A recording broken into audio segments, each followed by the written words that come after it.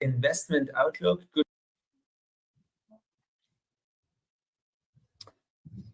All right, welcome to our August investment outlook. Good morning to everybody joining us in Europe, and good afternoon to everybody listening in from Asia for our August investment outlook live stream. Great to have you with us again.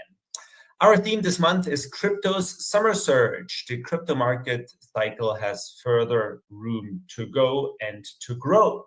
It has been a little bit of a stable coin summer driven by a lot of action in the market. And together with my colleague Katalin Tischhauser, Signum's head of investment research, I will unpack the biggest macro and crypto market drivers that have been shaping August so far. As always, all content and opinions in the live stream do not constitute any investment advice. And with that, let's jump straight into our topic number one. And of course, we'll start with the macro, just like usual. And when we look into the macro environment, we would rather say unpopular opinion, and that is the state of the US rate cuts, because we're of the opinion that they might not come anytime soon. The US administration continues to push for a September rate cut despite poor economic data and sticky inflation. Why might such a move backfire in the current environment, Katalin? Yes, thank you. And I'm not even sure that it's an unpopular opinion. It's definitely an uncommon opinion out there, just looking at the rate cut probabilities, which are still very high since the jobs data that disappointed to the downside. The probability doubled from 40 to 80 and then basically went to 100% for a while. And since the very negative surprise on inflation is now a little bit less, but still super high. And the question I ask is, why would there be a rate cut? And there's two questions there. Is there actually a need? And will it achieve what people think it will achieve? And on both of those counts, I think potentially differently than the market consensus appears to think. The idea is that rate cuts are needed to stimulate the economy. Now, whether they're needed, I think is not that clear. There's actually, despite the jobs data, the economic indications of the underlying strengths of the economy are not that dire. Now, obviously, the Fed has to be ahead of the curve, not behind the curve. But what we could see just now, against the backdrop of actually not bad data, decent earnings, GDP growth, it's hard to tell where GDP growth is because the tariffs brought imports forward and then used up the inventory. So we have these very statistically aberrant numbers of minus 0.5% in Q1, then +3 in Q2. But it's roughly about chugging along at 1.2% or maybe even higher. But more importantly, now that the tariff stuff is getting sorted out, a lot of the pose of companies kind of being on hold, not investing, not knowing where to go, a lot of delayed investment could actually happen now. So I think that the need is not at all clear in terms of the underlying growth trends of the economy, and the inflation trends are very negative. It's going up much more than people thought it would. How far will it go? We will have to wait and see. And Powell has definitely said he wanted to wait and see. But what is even more important to my mind is that if they did cut, would that stimulate the economy? Because actually, what it would achieve maybe is that money market funds, if the rates are kind of too low and everything else looks okay for risk assets, then maybe there's a shift into risk assets. But the underlying economy, it hinges much more on bond yields. Business loans, mortgages, and so on, they're at the long end, not at the money market end. So the question is, what will bond yields do? And in the face of a lot of inflation already, and clearly the trajectory pointing upwards, I think rate cuts could be counterproductive in that bond yields could rise. And bond yields are already fairly shaky. The bond market has been very upset by the failure of Doge, the Moody's downgrade, and just the kind of spiraling US debt and budget deficit and so on. So everything is in a much worse shape, let's say, than a year ago when the Fed started cutting rates. And even then, the actual result was steep sell-off in bonds, rise in inflation, and growth contracting, slowing down. Now the backdrop is worse, because then inflation prior to that was falling. Now it's already actually accelerating. upwards, and the bond market is much more shaky. So I think it's quite likely that if the Fed did cut, it would have not a stimulative effect, but a contractionary effect, and plus be inflationary. So the other question that people ask is, of course, aside from the macroeconomic fundamentals, where I think it wouldn't make sense if they did cut, it probably wouldn't do what people think it would do. It would probably be a negative. But the other question is, why is there so much pressure from the administration, as clearly there is, and will Powell yield to that pressure, right? So even though it doesn't really make sense, it probably wouldn't do any good, but because of the political pressure, including, threatening him with, I don't know, impeachment because of the renovation of the building or whatever, and just the constant pressure, would Powell yield? Now, I see no signs that Powell would be yielding. He's going to speak on Friday. Maybe we'll hear something different, but so far Powell has been a steady pair of hands, and I have seen not an iota of a sign that he would be shifting. And also, even though there are more and more, there's another Trump appointee among the Fed governors now after the sudden resignation, they're still in minority. So it's, people say that this will shift the balance, but it's not shifting the balance, as in shifting to majority. So I think it's unlikely. I'm not even sure why this pressure exists from the administration, to be honest, because obviously economically it probably wouldn't make sense, and it's not even necessary. There's a lot of liquidity around globally, as well as in the US. There's many ways to provide liquidity that can be much more effective under the current circumstances than an actual rate cut.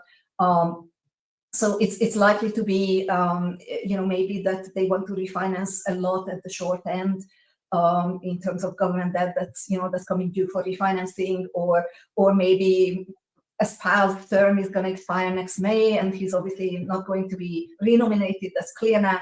That maybe he's lined up to be the scapegoat for any potential economic problems that lie ahead. So it's not clear, but I think net, I think it's unlikely. I wouldn't even think it would be good news if there were a September rate cut. Maybe later on the economic picture changes, inflation eventually slows down. Tariffs are kind of a one-off hit in many ways. We just don't know yet how far it's going to go, because until now it's being swallowed to a great extent by the importers. But as far as the markets are concerned, I think the markets are in a good shape anyway. Obviously, there could be short-term disappointment, but liquidity is plentiful. And if you just think about how many rate cut disappointments the market has swallowed in the last 2 years, throughout like a big part of last year, and then also this year it was going to be a June cut, a July cut, and then the market just kind of resigns itself to zero probability, and the rate cut doesn't happen, and we have seen more all-time highs in the last 2 years than I've had hot dinner. So that's clearly not been standing in the way of this current cycle continuing further, which I think it will. Yeah, and you made some super interesting points with respect to also like why this administration is applying the pressure, right? If you think about it, like the administration is still in place for 3 more years, right? And we have midterms in a year and a half coming up. And this might all just backfire. A too early cut might lead again to a bit higher inflation, so it will have an impact on the voters' pockets, what to buy and how to buy it.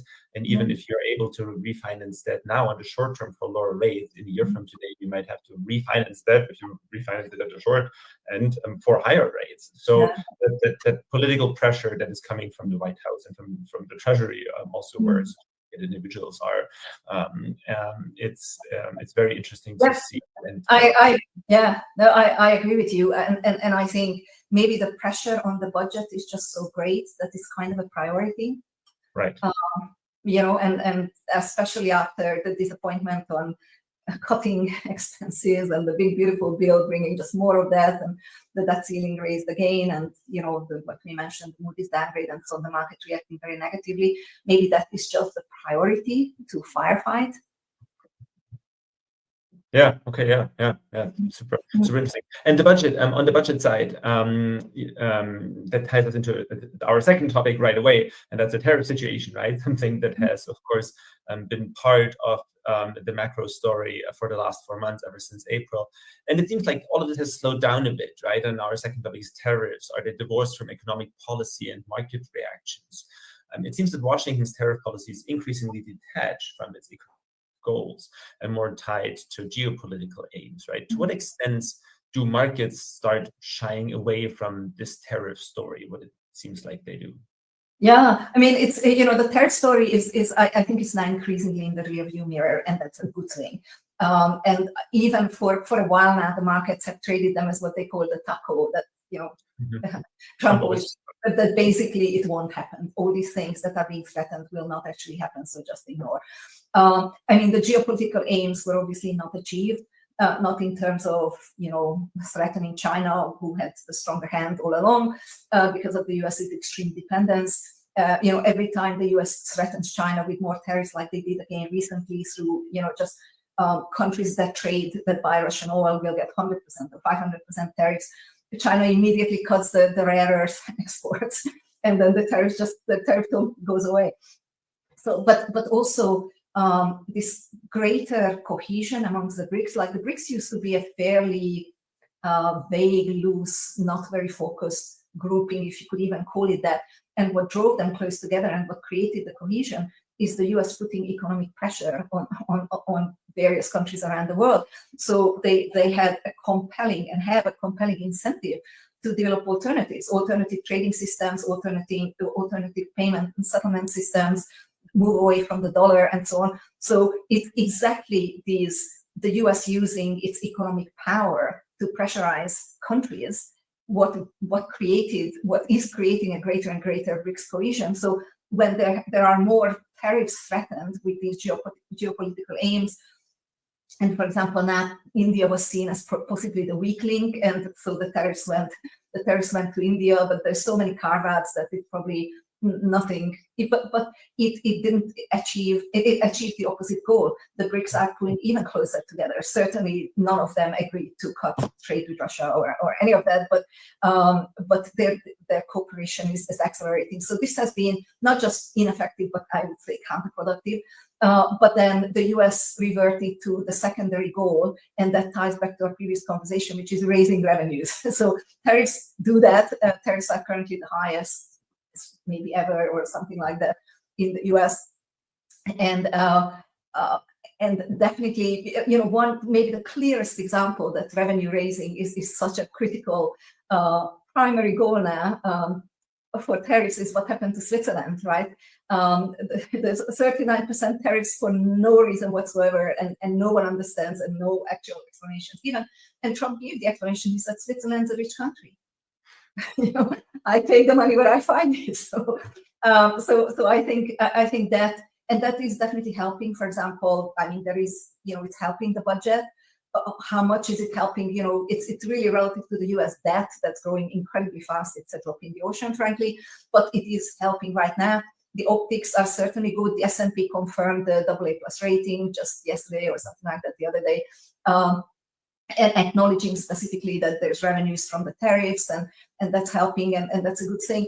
So and now I guess the next move is there any reindustrialization? Despite it being the #1 stated goal, I think it was at best the #3 goal of this whole tariffs project. But it is, of course, it is one of the desired goals. It's just not been the focus. And now maybe that's coming a little bit more into play now. The trade agreement, not even agreements, just frameworks with the EU, Japan, and so on, that compel these countries or regions to invest in the US. I think that's fairly flaky, because the agreements are very loose, and the EU already said, look, it's private companies that have to invest. We can't make that happen. We can just advocate for it and suggest that companies do it, but we cannot guarantee that this will happen. And it's similar in Japan. So I think that is not very powerful, even though it's part of this framework. But what is maybe working better is US companies. So saying, you can get relief from whatever tariffs if you invest in the domestic market. Apple, for example, straight away invested $100 million. And so there could be reindustrialization to a degree coming. And now that there is much more clarity, not full clarity, but quite a lot, I think we could see some of that. And the China situation looks like it's good news that it's a managed divorce. It's a gradual, slow. They just keep postponing, which is the best outcome. The US's extreme dependence on China had to be cut, and China understood that for a long time. Both sides understand that this relationship has to be unwound. But if it's done, of course, in a very abrupt, dramatic way, then the consequences are very negative. If it's done in a managed, gradual way, then that's a best case scenario, which is kind of what we have on this one. Yeah. Okay. Yeah. And markets were able to digest all of this over the last couple of months. And and markets like it. Markets like it, and I think they like it for the right reasons. I think there was this big shock, and ever since then, it's actually working itself out in a reasonable way. Right, exactly. Yeah. Right, yeah. Let's switch gears a little bit and focus on the crypto side of things. And contrary to previous live streams, we'll start with Ethereum this time, just because we have to. So it has been Ethereum summer, it has been stablecoin summer, on-chain activities. Wall Street's finest have moved further into this space together with the largest investment managers of this world. It has been super busy. Treasury companies, stablecoin legislations, ETF flow momentum, and Ethereum ETFs. So over 5 billion of inflows just in July, and a record daily inflow of about 1 billion just in August. How much of Ethereum's or Ether's rally is being driven by certain fundamentals, such as the Pectra upgrade, stablecoin legislation, versus like the short-term trading of ETF, the ETF momentum, and short-term traders? Yeah, I mean, I think it's been so powerful and so steep, basically 3x, because it's both. The fundamentals really were there, Ethereum sensing their crisis, rejigging their development roadmap, refocusing on driving revenue to the layer one, that kind of philosophical change that the market acknowledged. The revenues after Pectra increased, the fee income and revenues to Ethereum increased substantially and clearly, and it's been sticky ever since, so it's kind of real.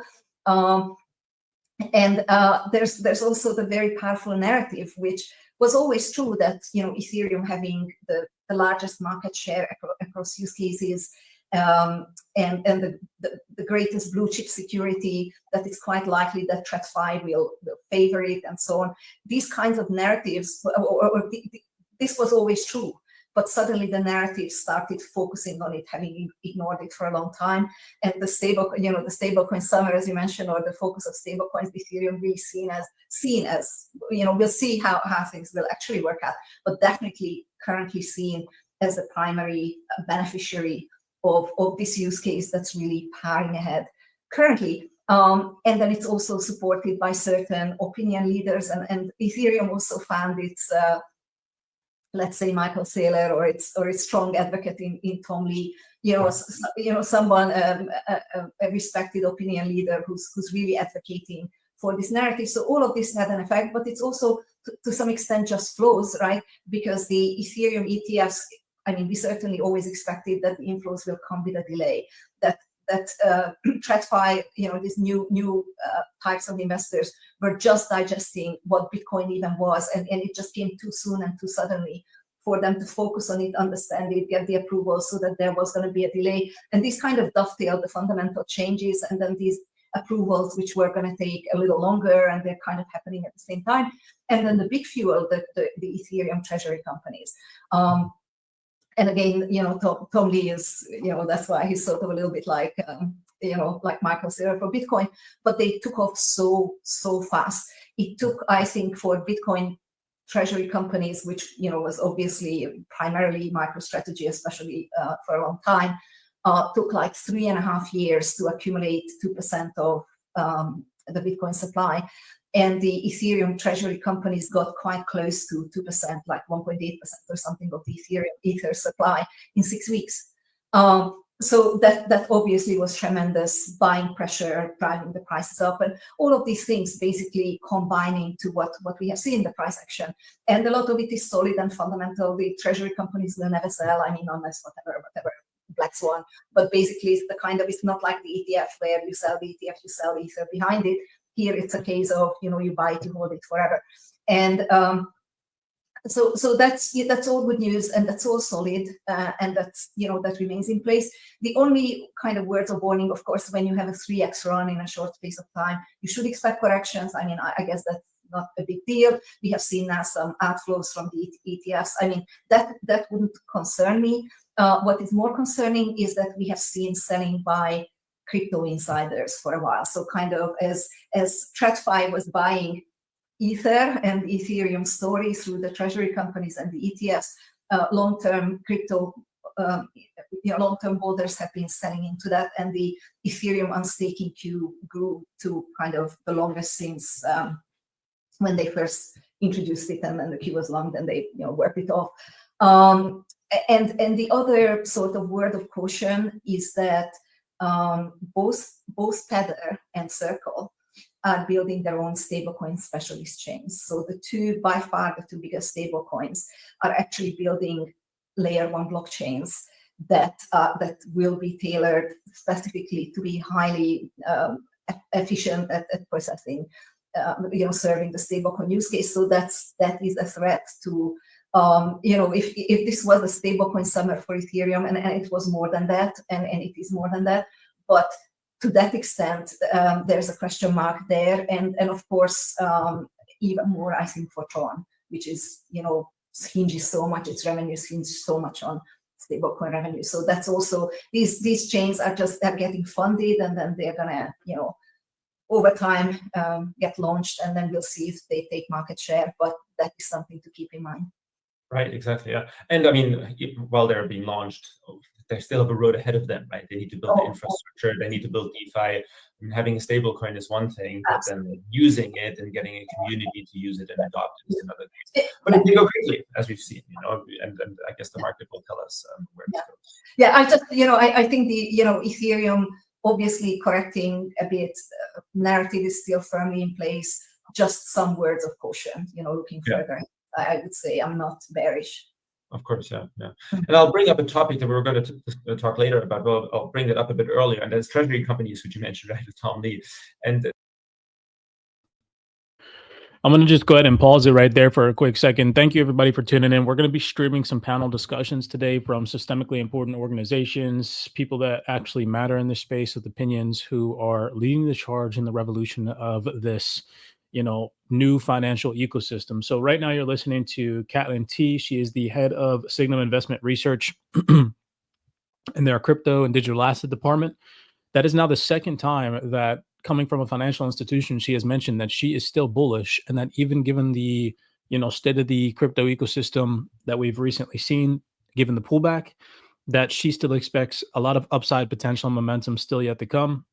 Just pointing that out. We're just listening to the remainder of this particular panel discussion that was just released on Signum's YouTube channel just about 3 or 4 hours ago. Shout out to the CyberX researchers for giving a link to this one. But this is such a great panel discussion as she's giving some macro insights into what's going on in crypto and digital assets. After this, we're going to be tuning in to the SALT conference that has recently been taking place. It's still ongoing, I believe, as of today. I think it's going to go until tomorrow. We're going to stream the entire, let me rephrase that. We're going to stream as much of day one as I can stand to sit here and, stream it for you guys. So try to get through at least an hour or two of panel discussions, and then we'll finish the remainder of the stream tomorrow. But you're going to be listening to industry-leading experts from all major organizations, banks, systemically important, three-letter agencies, so on and so forth at the SALT conference. So definitely tap in. Let's finish out the remainder of this panel discussion with Caitlin and continue to hear what she has to say. Again, she's coming directly from a bank that is heavily involved in the digital asset ecosystem. So definitely tap in and pay attention to what she said. That is now the second time that I've heard her mention that she is still bullish in the overall crypto ecosystem. So, paying attention to people's insights who actually matter in this space. This seems to be a trend that is continuing. I mean, you talked about a bit about Bitcoin, Michael Saylor, of course, and after Bitcoin being adopted by corporate treasuries over the past years, now there are Ethereum treasury companies popping up.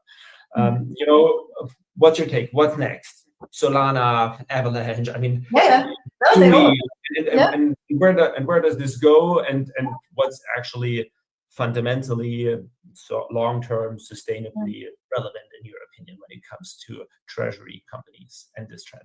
Yeah, I mean, I think it's a very legitimate trend, and there's actually, it's being done now more and more and more, a growing list of tokens, or all sorts of, Tomcoin and I mean Solana obviously for a while ago now, and I think even before Ethereum and hyperliquid and even some meme coins and so there's a lot of it, and it's basically it's a product that transmits demand from investors that can't or don't want to directly access the crypto market. Basically, they buy these shares instead of buying the underlying crypto. So the question is always, sometimes, do they do that because they can't buy the underlying crypto because of you would need approvals or you would need whatever? Even if you buy the ETF, let's say you're an institution, you would need the approvals internally that this is a new underlying asset. When you buy a stock, you're just buying a stock, right? Like we've been buying stocks forever. There's no special kind of approval required. And then also because these companies have been able to, as long as these this positive spiral is in place of high premiums relative to their NAV in the token, the share prices have been accelerating very fast. So that also then it outperforms the underlying token.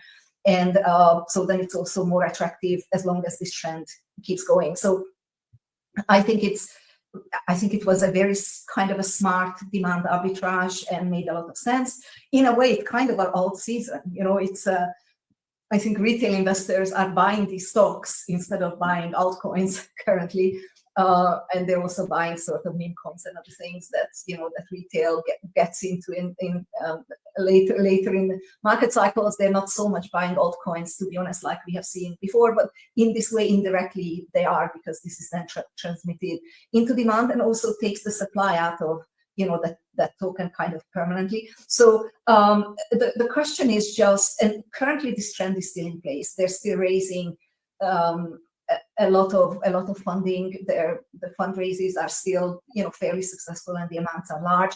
But this will not last forever. It's impossible that this trend would last forever. So I think the question is just, when will we see signs that the trend peters out?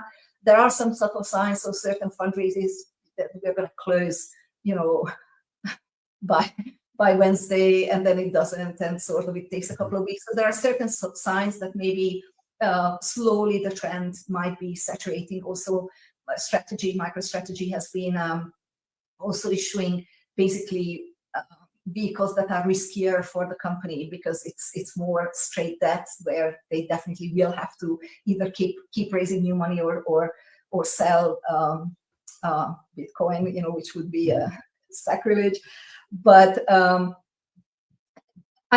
don't see a threat really very much to the market. Eventually this trend peters out fine, then it doesn't make so much sense to buy shares instead of buying. It's better to buy the underlying token. Why take the risk that this could go to a discount, which they could and they probably will, and so on. I guess if I'm concerned, if I could say that, it's more just that this has been such a strong driver of demand, and this will run out. So then, that demand driver will kind of exit the stage, but without, causing any sort of problems. These projects are holding; they'll be holding the tokens. They won't be dumping it, and there can be, of course, very negative scenarios one can imagine, but they're not very likely, and it would kind of take a lot. So it's more just watching for how this trend starts petering out. For now, it's still in motion. So that's just looking further ahead. Right now, we see still big fundraisers by these treasury companies. So it has some more to go. Okay, interesting, super. Yeah, and we'll continue monitoring this trend. Super interesting to see. It's one of the things to really, really watch right now. Maybe one of the most important things to watch is the inflows and the buying pressure and how that's evolving. Okay, yeah, super interesting. Yeah, great. We'll definitely keep an eye on it, and we'll talk about it here. One asset we usually talk about a bit earlier in this live stream is Bitcoin, and with Ethereum and everything. We've said this a bit, but when it comes to Bitcoin, I think price trends have been a bit sideways, but we really wanted to focus on one thing, that entering the year 2025, we had a lot of discussions on central banks potentially buying Bitcoin, right? This momentum seems to have vanished, and whenever momentum vanishes, it seems like might be a bearish trend. Or is this truly off the table for a lot of central banks, that they look into buying Bitcoin? What's your opinion? Well, I like you say, the signs haven't been great, right? And this was a great hope, and I think such a hypothetically or potentially excellent use case for Bitcoin. I do think that it has its place alongside gold. In what ratio, one can question, but there's a lot of reasons why that would make sense. Except that the way things have evolved, this may no longer make sense for central banks. And in terms of the signs you mentioned, I mean, obviously we have seen just a lack of progress other than developing countries, making announcements that they're going to do it, but that doesn't really have a big impact on Bitcoin and the Bitcoin price. Maybe some Caribbean islands, implement that. That's if the US does it, and then various other like major countries, central banks do it, that's a massive use case for Bitcoin, and incredible price appreciation has to follow if that happens. And now we saw, first of all, the US government made various announcements that they're working on adding to this reserve, which is just to seize Bitcoin in budget neutral manners, which is the only way they're allowed to. And the announcement is coming. The market's gonna love it. We're about to do it. We're about to do it by Friday. We kept hearing this mostly from Bo Hines, who was kind of the point person in the U.S. administration, but it never happened. The expectation was raised, but then nothing actually happened. And now Bo Hines resigned. He actually joined Tether as an advisor, but he suddenly resigned fairly, I would say, unexpectedly. And then Scott Bessent in an interview said that we will not be buying Bitcoin. Now, that this, of course, the market reacted very negatively, and he then backtracked and put out a tweet to say, no, we're still looking into it. We're still looking into the budget neutral ways of doing it. But, the body language is not very promising, on that. And I think fundamentally where I see a genuine problem is that small US company, I mean, it's bigger and bigger because of its Bitcoin holdings, but as an actual company, very small, holds 3% of the Bitcoin supply of all Bitcoin issued, and in terms of the liquid supply on exchanges, about a third, and keeps buying more, getting to a half. So for any central bank to be beholden to a private company whose actions could dramatically affect the finances of the government is inappropriate. So I think that this treasury company story, which actually has so many benefits and in many ways makes a lot of sense, the fact that there is one single company, it's not even the treasury company trend, just that there is one single company that has such an influence potentially on the price of Bitcoin. Hypothetically, they say they never sell, but if you're the Chinese central bank or the British or the Bank of England or whatever, is it prudent for you to take that risk? So I think that this might be the lever and maybe the obstacle, and some kind of unless this is somehow worked out, it's hard to see that major countries' central banks would go for it, and the body language is that they're not. Yeah, so that describes the status quo as of today, right? And who knows where that leads to 5 to 10 years from now. Yeah. All right, and that brings up to our last topic, not central bank related, but regulation related, right? The SEC and Project Crypto. Of course, we see tons of clarity with the White House, the SEC, and the CFTC proposals setting rules for DeFi, staking, and token launches. And of course, it seems all to be tailored towards a long-awaited alt-season and capital rotation into smaller tokens. Is that what's coming? Will this clarity finally fuel the alt-season, Catalin? Thank you for asking this as the last question, because it's nice to finish on something that's really bullish. Okay. which I think this really is the SEC's Project Crypto, obviously coming on the heels of the White House white paper, or I'm not sure, the White House paper that they were ordered 180 days to develop proposals, and this was now released. Actually, that paper disappointed in the sense that initially that was meant to have a strong focus on the Bitcoin reserve, which was barely mentioned. Just coming back to your previous question, in fact, the only place where it was mentioned, it diluted the language of the executive order, which said sees Bitcoin will never be sold, and now it says it will generally not be sold.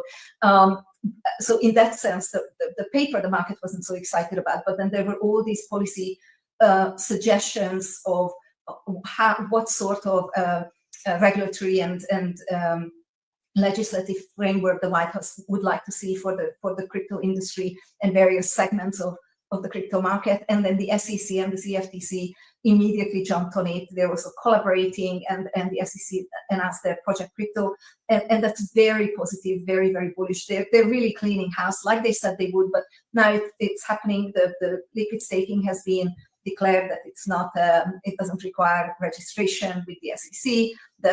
And they're suggesting various things, for example, safe harbor for developers, which is somewhat contradicted by still this Tornado Cash developer being convicted. But of course, the SEC, it's not an SEC case, it was a DOJ case. So, I mean, there's limitations to, how far this goes. But as far as the regulator can make the environment as supportive and positive for the crypto industry, I mean, as far as I can see, they're really on it in every way, in clarifying the status of crypto assets, the disclosure rules, and make it very feasible and easy, and then specific focus on tokenization, creating, there's big questions around tokenization, and the biggest question I would say is the legal title and your right to vote, which you have when you hold the share, but currently not when you hold the tokenized share.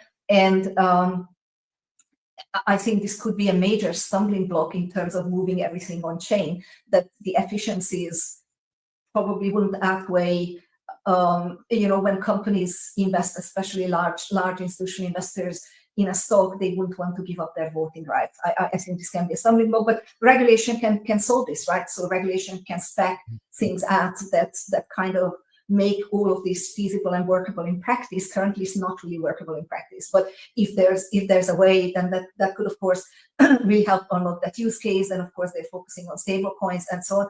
And like you say, because of all this clarity, it could accelerate innovation across use cases and beyond stablecoins and tokenization. And if it does, and there is real growth, real fundamental growth in decentralized projects taking market share and growing, that's our real alt season. Kind of a small hype where the high beta tokens outperform briefly, sure. But to have a strong, lasting, carries on for a while, lots of projects are involved. I think the SEC's actions, and of course the clarity, bill legislation as it kind of goes through, but this whole package and the CFTC, there's a potential that it could unlock a real fundamental alt season and a revival of various use cases and new use cases appearing and so on. Right. Dang, let's cross our fingers for that scenario, y'all, because just like you guys, I'm ready for that alt season she's talking about here. All right, so that's the end of this panel discussion. We'll wrap this one up.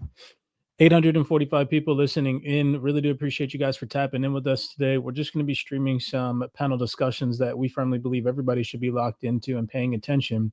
We're going to migrate over here to the SALT conference live stream Wyoming blockchain symposium that just aired yesterday.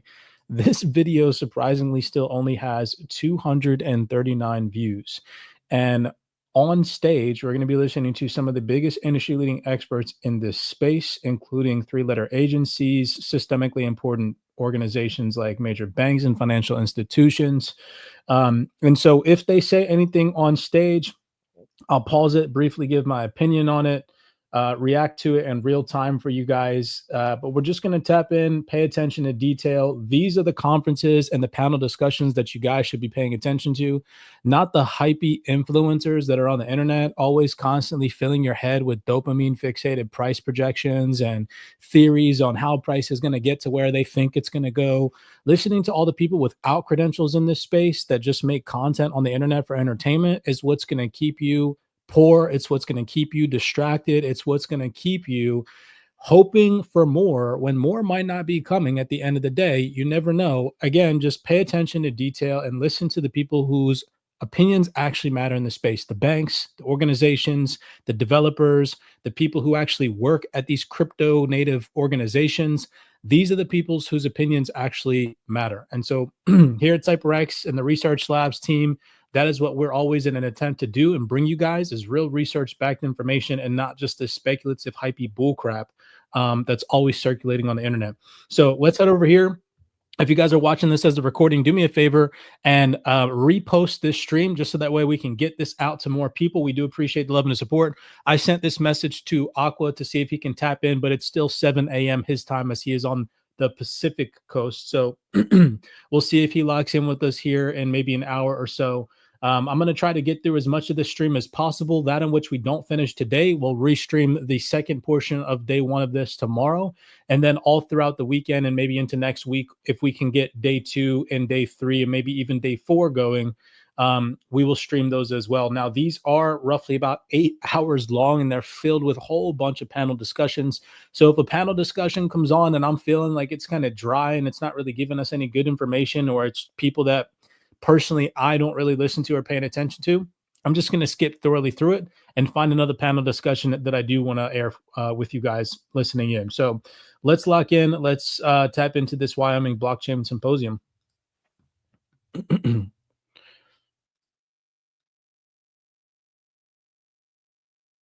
Commentary on the industry, and I think this benefit Wyoming as well in bringing one. So recently relocated its headquarters to Cheyenne, so they're all in on Wyoming in addition to having the SPDI charter and all that. So I want to thank a few people. I want to thank just the state of Wyoming, or Wyoming Inc. as I call it. Well, good morning, everyone.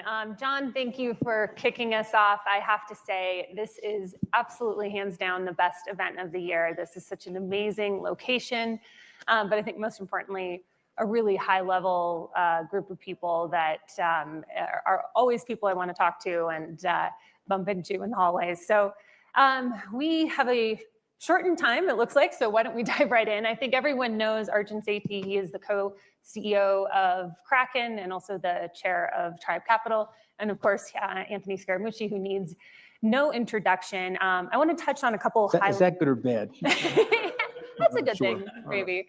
But why don't we start with you, Arjun? I mean, I think, you know, this is about the state of the digital assets industry. I think the one big catalyst has been the change in regulatory environment. Kraken had a heck of a time under the prior administration. You've settled with the SEC. You were sued by the SEC. How are things looking for you today between the Genius Act and the White House's plan and the Chair Atkins speech? But talk about what that change has meant for Kraken as a company. Yeah, I don't think it's, you know, relegated to just us. You know, there's headwinds in the industry for a long time. Protocols, exchanges, everyone was trying to build on the crypto rails. So I don't think it was specific to us, but you know, I don't think I'm saying anything new that people haven't said before.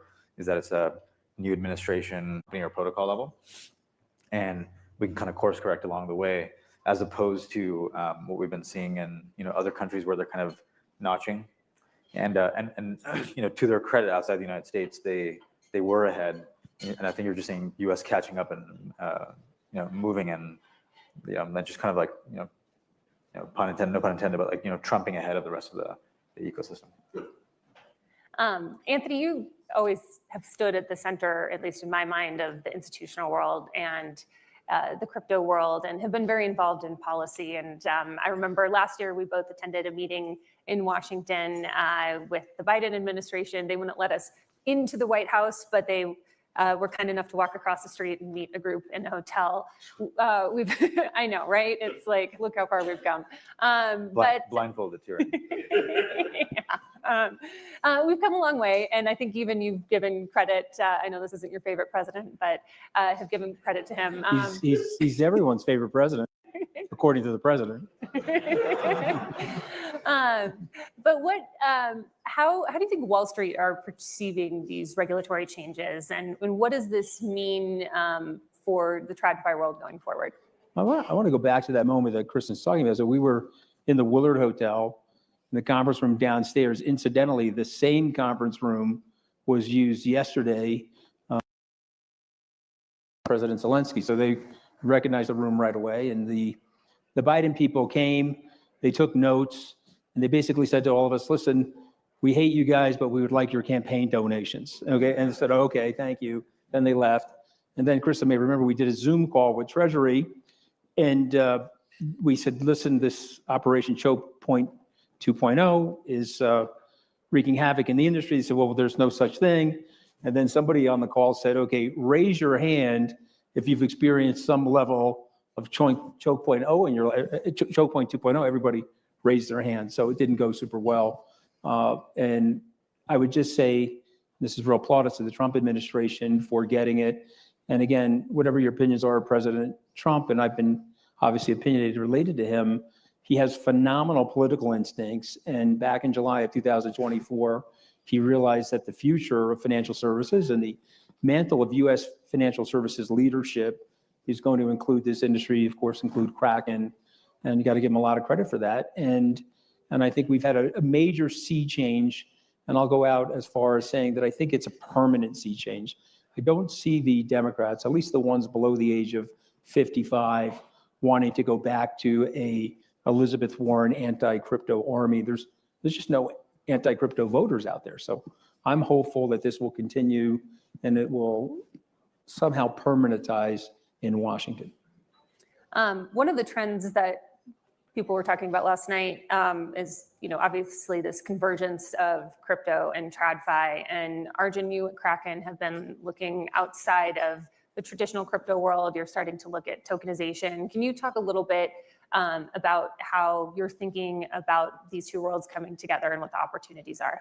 Yeah, I think if you go back like 10 plus years, the whole promise of crypto was, let's get as many people access to capital, access to money, not just trading and speculation.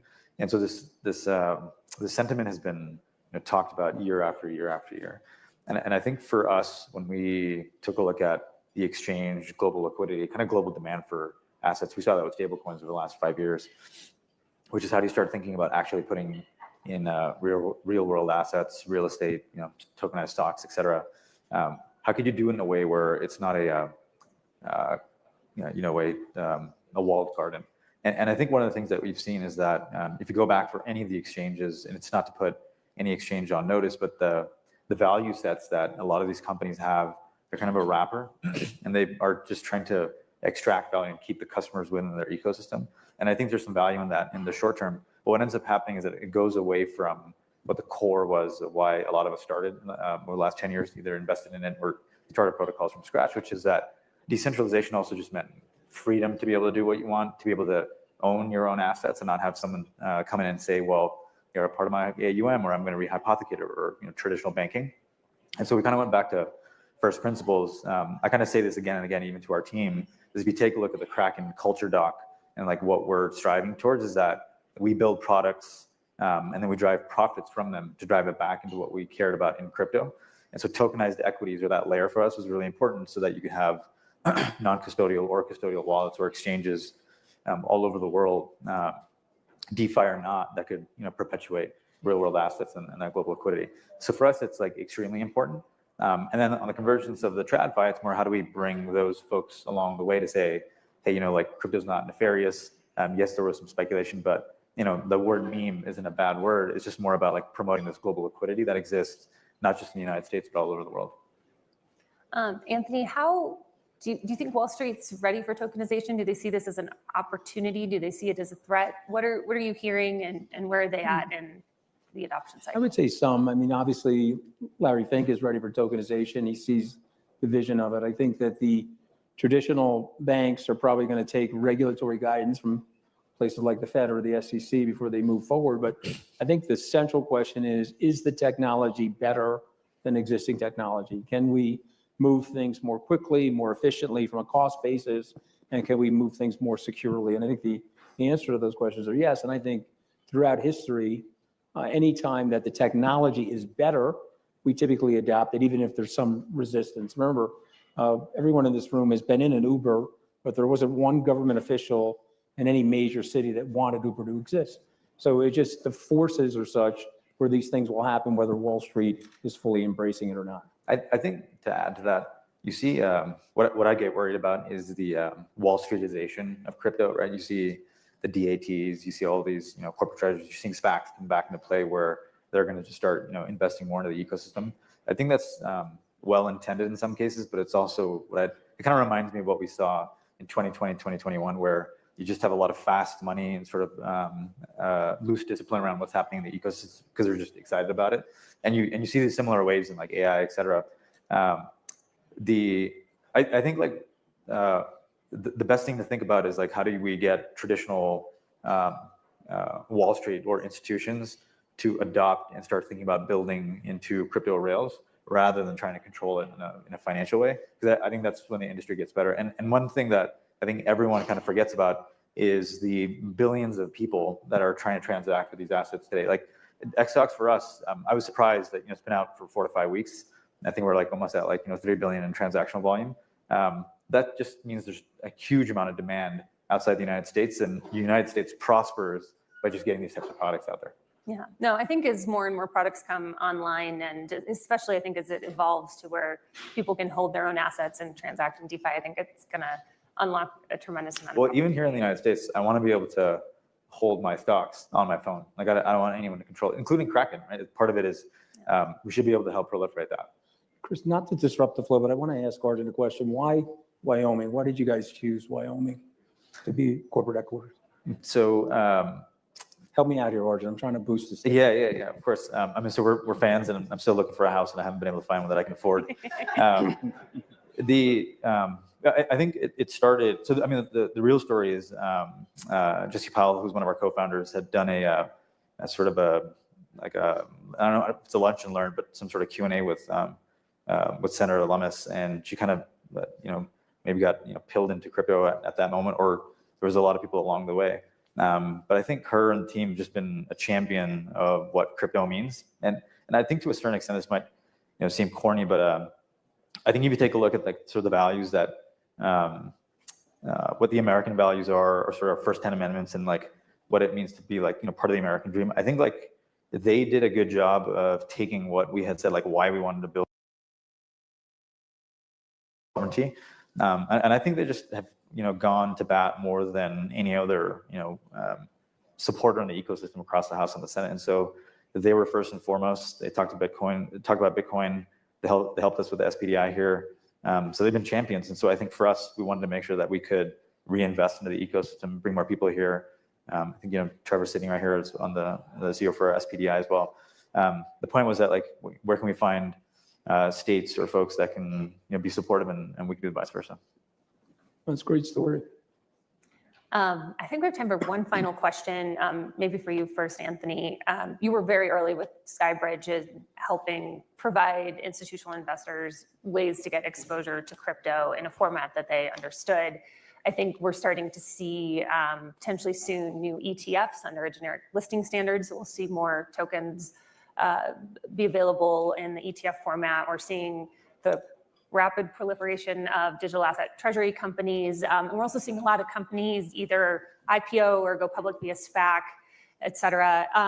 What does this mean to you? I mean, to me, it seems like there's a huge demand that people want to invest in this space. But talk about sort of what you're hearing from your Well, I would break it up into a few categories. I think there's a store of value category that I've been, but if you're a bull on Bitcoin, you think that's going to happen, and you've got a large group of people at a place like BlackRock selling that idea to big institutions. And I think the second category is related to utility and tokenization, and will these protocols be used to bypass the third-party transaction system. So if you just look at that system, there's approximately $7 trillion of third-party verifications that go on, credit card fees and et cetera. So I think if you look at those two separately, you say, wow, there's got to be huge demand for both. Yeah, I have a little bit of a different take. Is there's so many people here as well, and we're all working towards this ecosystem, is that Bitcoin is a protocol network, right? And I think a lot of people kind of forget that we're still building against that technology. There's a set of folks that are, they think of it as a store of value, and there's a set of folks that are still building on top of it, right? So there's this new meme generation that's happening on Bitcoin, but that also means that there's new types of technologies that can be built on top of it, then bridged against it, new sources of liquidity. I just think that we're so early in the ecosystem. What's going to happen across not just Bitcoin, but the rest of DeFi? It's really hard to fathom what's going to happen in 6 months to a year. It's more about like, how can we continue to race to support all that development that's out there? And so when people say like, oh, I think it'll be which is like, hey, gold is worth this much. Okay, well, like it could, we could be, 100x, 1000x more than that in terms of like what the value of all these assets are going to be. Wow. I'm going to run that one back. That was the first excessively bullish and like mind-blowing thing that I've heard this entire panel so far, where he pretty much just said that nobody really has the valid credentials to say what this space is going to do. And compared to where we're at now, being early in this space, who knows if it's going to 100x, 1000x? We are early. And that should put things into perspective for you guys on these market cycle narratives that still exist in the space, where everybody thinks that the crypto market is going to act the same way that it has over the last 16 years, over the next 50, considering that now for the first time ever in crypto history, we have the largest jurisdiction and governmental entity in the world supporting crypto, along with the political aspect of the United States supporting crypto, coupled with institutional adoption and clear regulatory alignment. All three catalysts in which crypto has never seen over the last 16 years of its infancy. I really, truly don't think that anybody has the right credentials or framework to really put into perspective what's going to happen for our portfolios and for what altcoins are going to be the ones that survive and thrive. The best thing that we can do is continue to do our due diligence, our research, and adapt to the changing market conditions, right? So I'm going to run that back about 30 seconds and just listen to, again, what this gentleman here has to say. And I believe this is a gentleman, if not the CEO of Kraken. Final short answer question, Anthony, what are it's really new source still building on top of it, right? So there's this new meme generation that's happening on Bitcoin, but that also means that there's new types of technologies that can be built on top of it, then bridged against it, new sources of liquidity. I just think that we're so early in the ecosystem. What's going to happen across not just Bitcoin, but the rest of DeFi? It's really hard to fathom what's going to happen in 6 months to a year. It's more about like, how can we continue to race to support all that development that's out there? And so when people say like, oh, I think it'll be which is like, hey, gold is worth this much. Okay, well, like it could, we could be, 100x, 1000x more than that in terms of like what the value of all these assets are going to be. Final short answer question, Anthony, what are you most excited about for this conference? Who's your favorite guest that you might be seeing this week? You're my favorite guest. Well, okay, you're second. Stipulate that right away. And then the thing I'm most excited about is people getting to meet each other and hopefully ending up doing some business together. Arjun? I came only to see Anthony. You could have said I was your favorite guest, Arjun. I would have been never at. All right. Well, I'm getting the red light, so thank you, everyone. Thanks, I'm really guys. excited about the content today.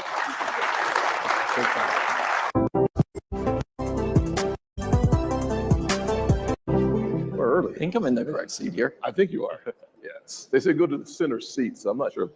To me, I'm on the right, so I'm used to the center being on the right, but this Yeah. is the center today. I think you got it. Is Does everyone to just work for?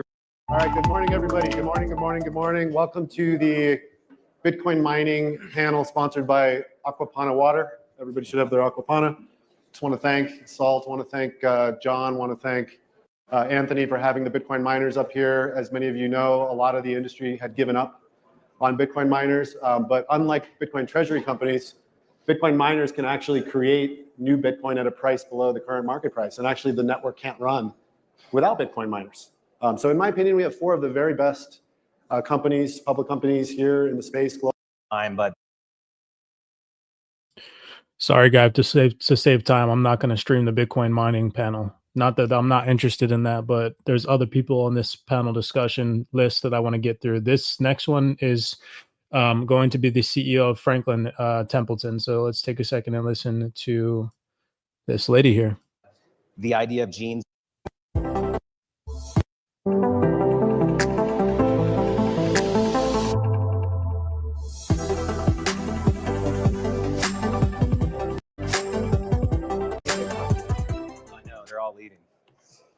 Good morning, everyone. Mass exodus. Unfortunately, going to miss the best session because of my guest today. That is Jenny Johnson. Jenny, I have to tell you, I know you're around ranches and horses all the time, but the idea of jeans and boots on stage for me, I'm like itching, but I'm trying my best. I was in it yesterday, but Yeah. I didn't want a photo. So we only have less than 15 minutes, but I think this is a really important conversation that maybe is an exception to most of the day, which is a traditional asset manager and with their role, with their opportunities, and with their ideas and the future of cryptography and blockchain and cryptocurrency mean for that Tradfi. And you've been really a pioneer in that. So I want to take you back. We were on a park bench. It was like mid 2020. So you can imagine we were meant to be social distancing. I'm sure we were breaking all the rules. And I remember you said something to me that you've now been on the record lots of times and saying that every time we start talking about the opportunity in blockchain, it inevitably ends up in Bitcoin. And you weren't saying I don't want to talk about Bitcoin, but the problem was it was just distraction for what you called possibly the greatest transformation in financial services in a generation. Maybe I'm putting words in your mouth, but talk me through why that was such an early epiphany for you. Yeah, so what I said was, look, Bitcoin is the greatest distraction from one of the greatest disruptions that is coming to financial services. And I think in this debate about Bitcoin, which to me is like a religion at this point, right? You can argue whether it's real or not, it doesn't matter. And I have come to the conclusion that because it's a great fear currency, and when I say that, if you're from the US, you don't really think about this, but you travel internationally. And I remember talking to somebody from Israel who said, my parents and grandparents had their money taken away by the government. They will always keep a percentage of their savings in Bitcoin. And they're not going to put it into Bitcoin ETF because the government can reach that, but they'll keep keys for their Bitcoin. And then talking to it in Bitcoin. So that in my mind gave me like comfort around this floor. But the point on the blockchain was, it is such a, from a technical standpoint, I ran technology for a while, it just as a program, as a programming language, it does really important things, right? And these are things in financial services that are going to be significant. Anybody who's run a financial services company, we spend a ton of money reconciling data between systems. Boom, that goes away, right? There's this batch process. All these products and back office are, because we're sitting there's a bunch of mainframes. I'm pretty sure every major bank out there is still running a mainframe, and you batch process. And so why does the New York Stock Exchange close at 4 o'clock? It closes so everybody can reconcile. What Bitcoin does is you have atomic settlement. So you're going to settle immediately. And then the final piece is you don't have to worry about who the counterparty is on the other side. When we do an FX contract, we'll use a major bank because we don't want to worry about whether we're going to get paid for with that counterparty. But if you have it in blockchain, one, because the token can prove ownership. Two, you can get paid immediately, so you have atomic settlement. And three, the smart contract can execute it without people interfering. You actually don't need that intermediary. So that drives down costs. It's more secure. And I was talking to Anthony this morning. He said, well, what about quantum computing? Remember, when you worry about quantum computing, you're also going to have quantum security to offset it. So I feel like that will evolve with it. You have transparency. Regulators are going to love it. For all that they're afraid today, they have tremendous amount of transparency, more than they ever. And you add AI to that, and it's going to be a great way. They're actually they're going to fall in love with it. Efficiencies like atomic settlement, and then finally operational cost efficiencies. Like in the asset management business, there's only one way fees are going, and that's down. So we have to constantly evolve to be more efficient. And so it's going to open up. It's going to have cost savings, and it's going to open up a bunch of investment ideas and opportunities that people haven't been able to use today because of the technology. So Clayton Christensen, good Salt Lake City boy, where I live now, of course, has the famous innovator's dilemma theory. And I'm curious, in your boardroom, in your executive team, and just you as a leader thinking through the reason that traditional incumbent firms struggle with change, disruption, innovation, is that there are real revenue disruptions. There are real risks. You are creatively destructing your own business, which is extremely difficult to do for the benefit of the future. How have you led through that and even managed your own fear? Yeah, so I actually think this is one of the issues or one of the challenges of public company CEOs. So first of all, I'm third generation. My grandfather started Franklin Templeton. So I do tend to think generationally. Like, I don't want to be the one where they're like, man, we had a really great thing going until Jenny missed that obvious trend, right? And so you do have to think and balance it with what has to be done today, right? And so I think that's every CEO's challenge. And the reason I say the public company is tough is because there's so much pressure on quarterly earnings.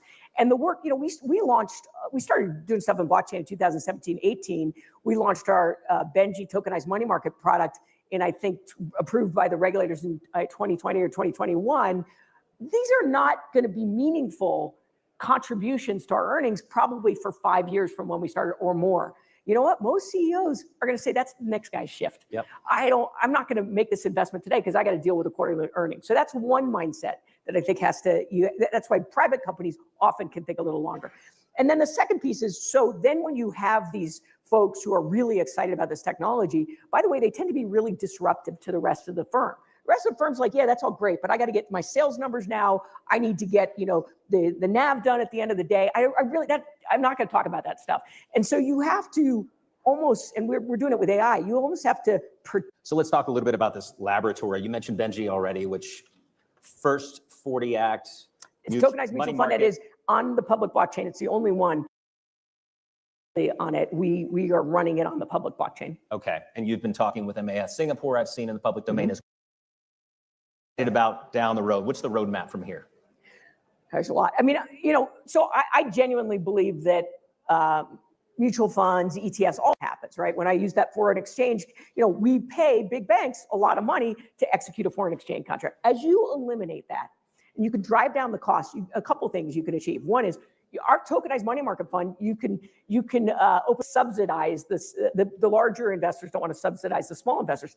That doesn't happen when you put it on a really efficient rails. And so I think that it's gonna naturally happen to all the traditional products, and then it opens up new investment opportunities because you take out the frictional costs, you can start to create song rights. I love the Rihanna example. Didn't really work that well, but there will be these types of things where she issued 300 NFTs, each worth 0.00033% royalty, the rights to the Bob Marley, library of songs and things. And so there's going to be a lot new interesting products. And then this atomic settlement. So with Benji, we're a regulated money market fund. We have filed it in every jurisdiction. We also have a private one too. We're working so that you'll be able to move from stable coins into the money market fund. And you can do that to see that happen. Rihanna is your ringtone when you call me. You realize it. Can we dream even farther, though, when we talk about tokenizing mutual funds, ETFs? What about, you talked about the friction of the 4 o'clock close for reconciliation. Do you foresee a world in the short, medium, long term where public equities, public treasuries? I mean, I'm pretty sure Brian Armstrong at Coinbase has been talking about this. I think he did it in Davos when we were on a panel. And why not? All he has to do is hold an inventory. It's almost like an ADR. And you could trade 24/7. There's already after hours. Why wouldn't you want to trade and get atomic settlement? Why are we waiting T+1, T+2? Like, it makes zero sense. And we're waiting because the infrastructure doesn't support it. But naturally, I actually think that as the regulation clarifies, right? Because that's been the key. As the regulation clarifies, those that have the digital assets will start to offer more traditional types of products. And it'll be 24/7, 365. Mm-hmm. And, I don't know how fast that comes. I think regulation, the technology exists to do it. Regulation is probably the biggest inhibitor to that happening today quickly, but it's happening. It's going to happen. So let's finish with that. So I imagine most of the speakers that you're going to see through the course of the next day and a half, this regulatory legislative environment is existential. I mean, it is very acute, as you heard from Kraken earlier.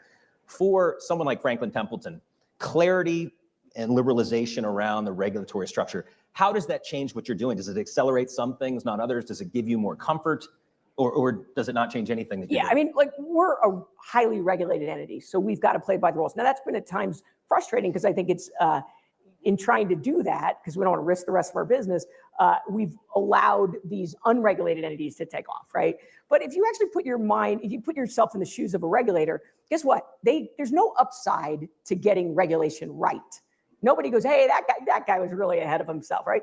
But by the way, if you get it wrong, you are literally crucified. I mean, everybody complain, you should have known, you should have seen it. And so unfortunately, regulators are not in the position to take a lot of risk on where this is going. And let's face it, there are a huge number of digital assets that even all of you in this ecosystem will say, I don't see it. That is going to blow up at some point. And so if you're a regulator, it's so hard to define the rails to be able to deal with that risk. And that's why I think it's going to be slow. And I think the good news is you see we've worked a lot with regulators all across the globe, and I would say they've taken different approaches. Like an MAS in Singapore has a sandbox, so as long as you're working within it, you're protected, but it's not something broader than that. Hong Kong has been very aggressive on trying to be very prescriptive. UAE, same thing. And so there's a little bit of competition with each other, which I think is healthy. And they are also talking to each other to learn from each other, which is good. But listen, I don't envy the regulators because I think this is it's a bit of a challenge. On the other hand, if you don't start to regulate, you put the consumer, which is who you're designed to protect, at risk because the consumer is now entering a completely unregulated zone. And that's not a good thing either. Yeah.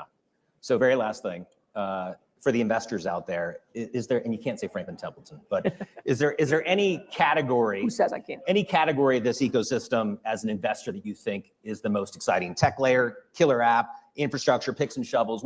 What is the most exciting area? Yeah, I mean, look, I think the picks and shovels and sort of the baseline of the strong, layered apps like you always, if you were mining for gold, who made the most money? I mean, there were some people who made it in gold, but most people, it was the guys who sold the picks and shovels. So I like the rails as a sort of starting point. And then there are some really great consumer apps that are coming out that I think are really interesting, which by the way, I tell my equity guys, you should pay attention to this area because some of these companies are going to disrupt, and you're only looking in the ecosystem of sort of the traditional, and there's going to be disruption to those companies. And then final thing, we're a node validator, and I think a public equity, all the transactions that go in and out of that company and how much information that gives you. And so we, provide research on, I think 30 different coins. And our view is if you are not playing in the ecosystem, you actually cannot possibly have the insights and so that, again, that transparency point, it's pretty amazing to be playing in that space. Well, that was a whirlwind, unfortunately, Jenny. Thank you so much. I wish we had more time. It's red already, but let's give Jenny a round of applause. Okay.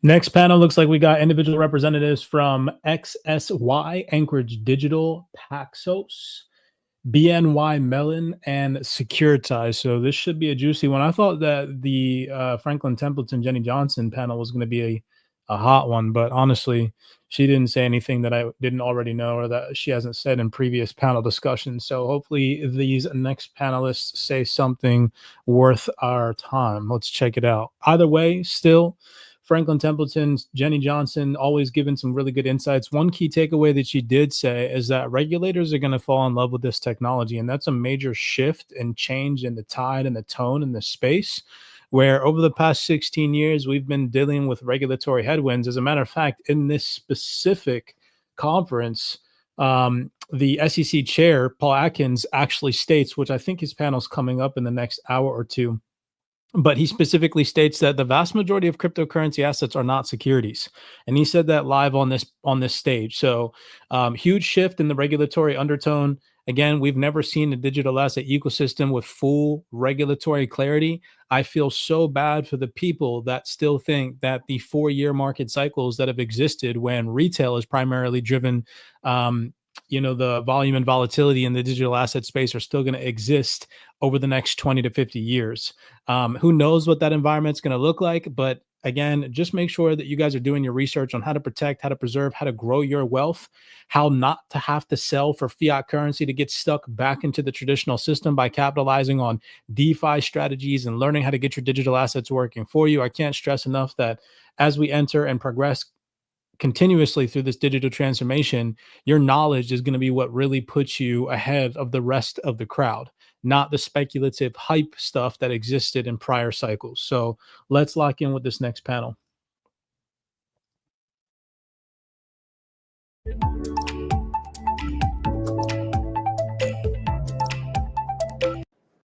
To be have the honor of having a nice conversation with these 4 battle-tested professionals in the crypto space. And we were joking beforehand that of all the panels, I mean, if you wanted one where you could kind of count the scars, this one has plenty of them, and I think well-earned. So I want to just give a chance for everyone to introduce themselves. Maybe we'll start at the end with Carlos Domingo.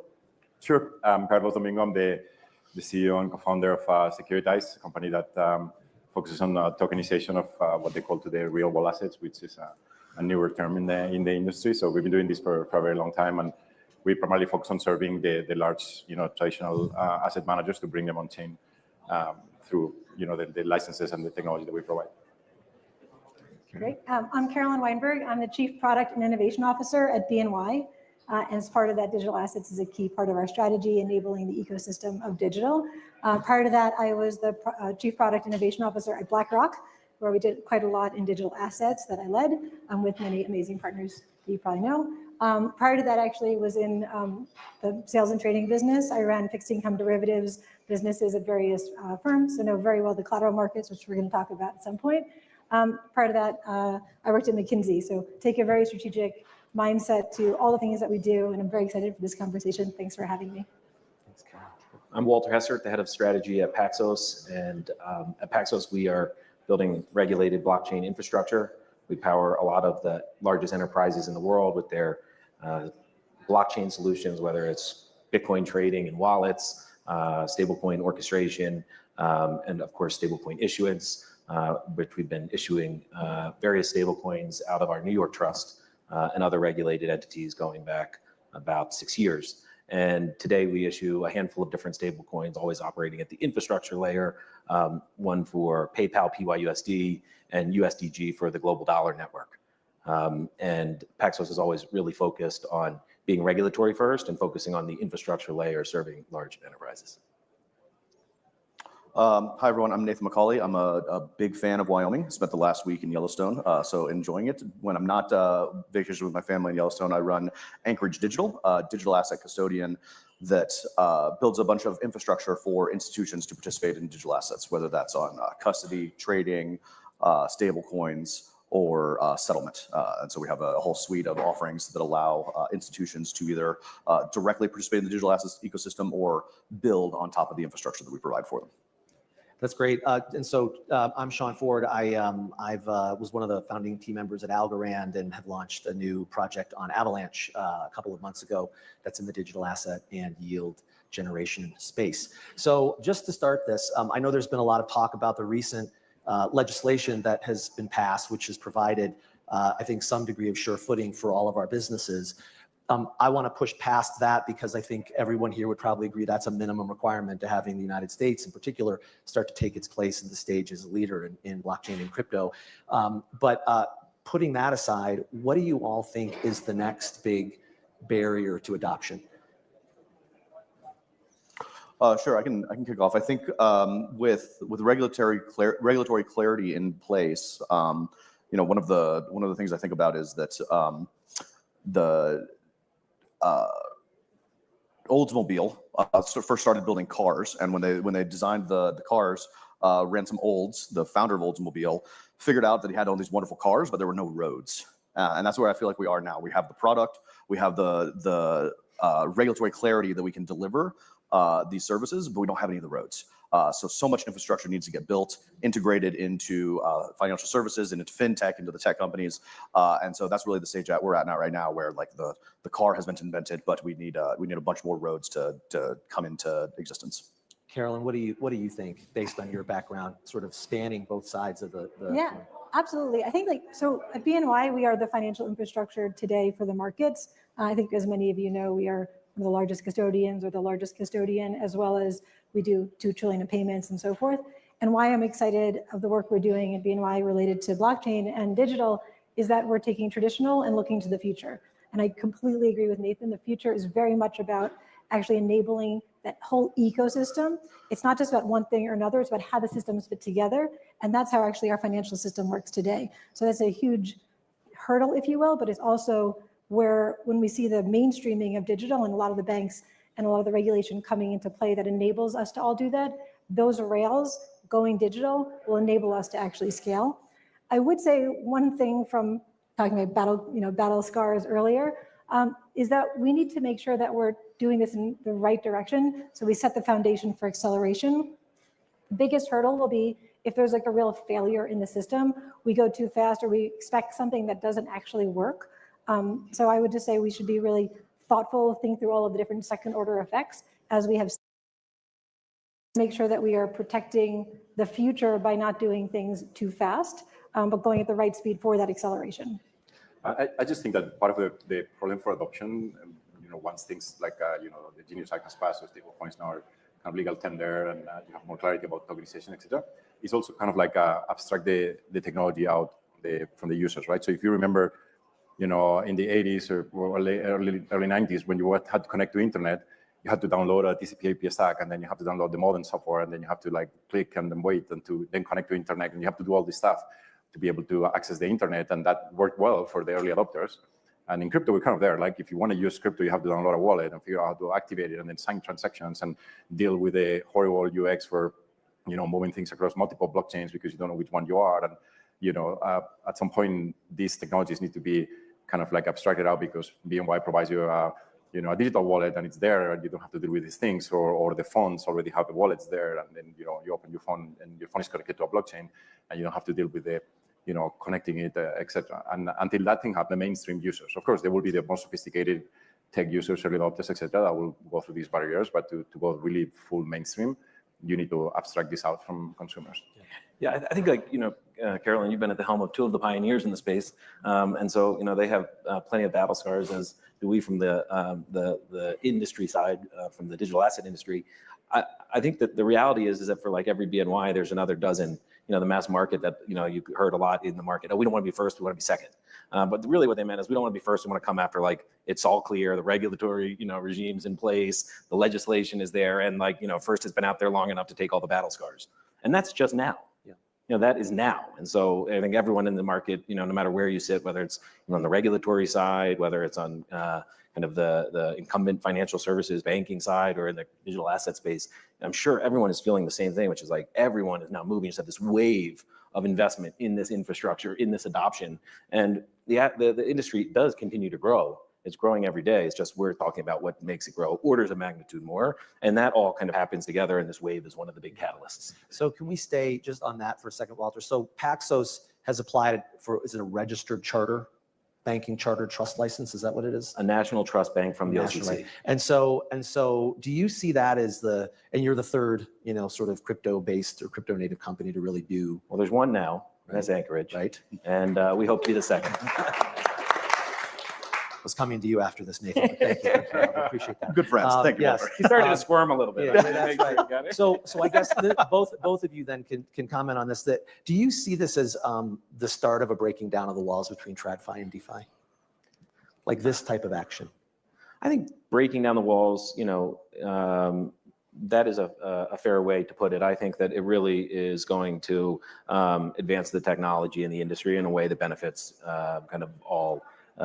Really lifts all boats with the condition of boats that are willing to be innovative and move with the market. Yeah. The market's moving. The market has already spoken that there are aspects of crypto and blockchain and digital assets that it wants. And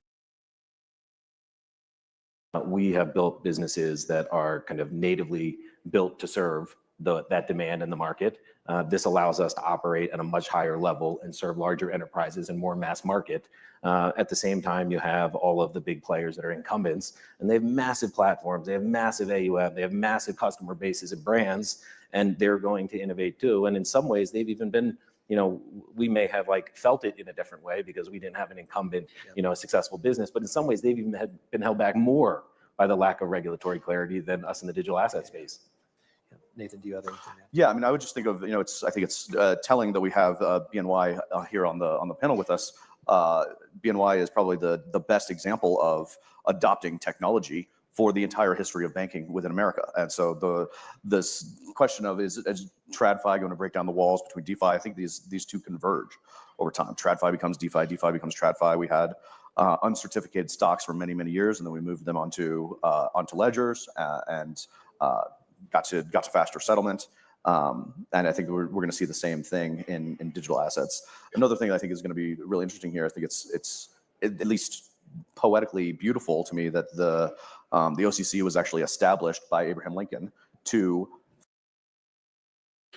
I'll pause that real fast. That one caught my attention. He specifically said, he being a gentleman, I believe this is the CEO, or I don't remember his credentials, escape my mind. He stems from Anchorage Digital, institutional custodial provider in the digital asset ecosystem, just said that from his perspective, he thinks that TradFi is going to become DeFi. DeFi is going to become TradFi. Everything's going to merge, right? And so looking at the landscape now where the two are separate, that gives you a perspective on how big this ecosystem is going to grow, considering that the gentleman before from Kraken mentioned how early we are and how DeFi is still a 100 to 1000x opportunity from where we currently stand. So again, just giving you guys institutional insights from people's perspectives who actually matter in this space. These aren't speculative, hypey individuals giving you guys bullish moonboy price predictions. These are people who are actually building out the core infrastructure to onboard financial institutions who are telling you guys, hey, look, this opportunity is huge and it's not one that you're going to want to miss. So really great perspective here from this guy. Let's continue to listen. Figure out how to bring the dollar into a common understanding of what the dollar should be in within the US. And now with the Genius Act, the OCC has been given that charter again to decide what are the regulated stablecoins, how should the large, thoughtfully built stablecoins actually operate. And so there's echoes of the original reason the OCC was established in the late 1800s. They're now present today in its expanded remit. That's great. And I just want to point out that you've now had Oldsmobile and what happened with that, and now you've talked about Abraham Lincoln. So there's a high hurdle for all of your references. I'm going to be here all day. Historical. I got more. Let's keep going to keep his place. That's right. The Rough Riders next. So if we could, I guess I'll just ask what your opinions are around the shift of stable coins, at least as I've seen them, or digital assets have been sort of side projects. They haven't really been core to strategy. Stable coins in particular have been interesting things that a number of pioneers have sort of taken a lead on, but have not become core. Do you see the strategic discussions shifting now where when you plan your strategy or when you see people talking in the market, is this CFOs now saying, I need to sort of plan stable assets and stable coins as I go forward? Yeah, maybe I'll. So as like head of product from BlackRock and head of product at BNY, sometimes we think about like beautiful products, but actually no one's going to use them. And I think when we think about the evolution of stablecoin, it's one of those things. Like, how can you use it? And how can you actually take the structure of the fact that in many ways, if you break it down, you have a tokenized money manager of treasuries, someone's holding those treasuries. And as we talk about interoperability, ultimately you just have treasuries moving around if you're going from one stable to another, or actually treasuries are staying somewhere and you're moving. So it's very similar in many ways to other things that we have.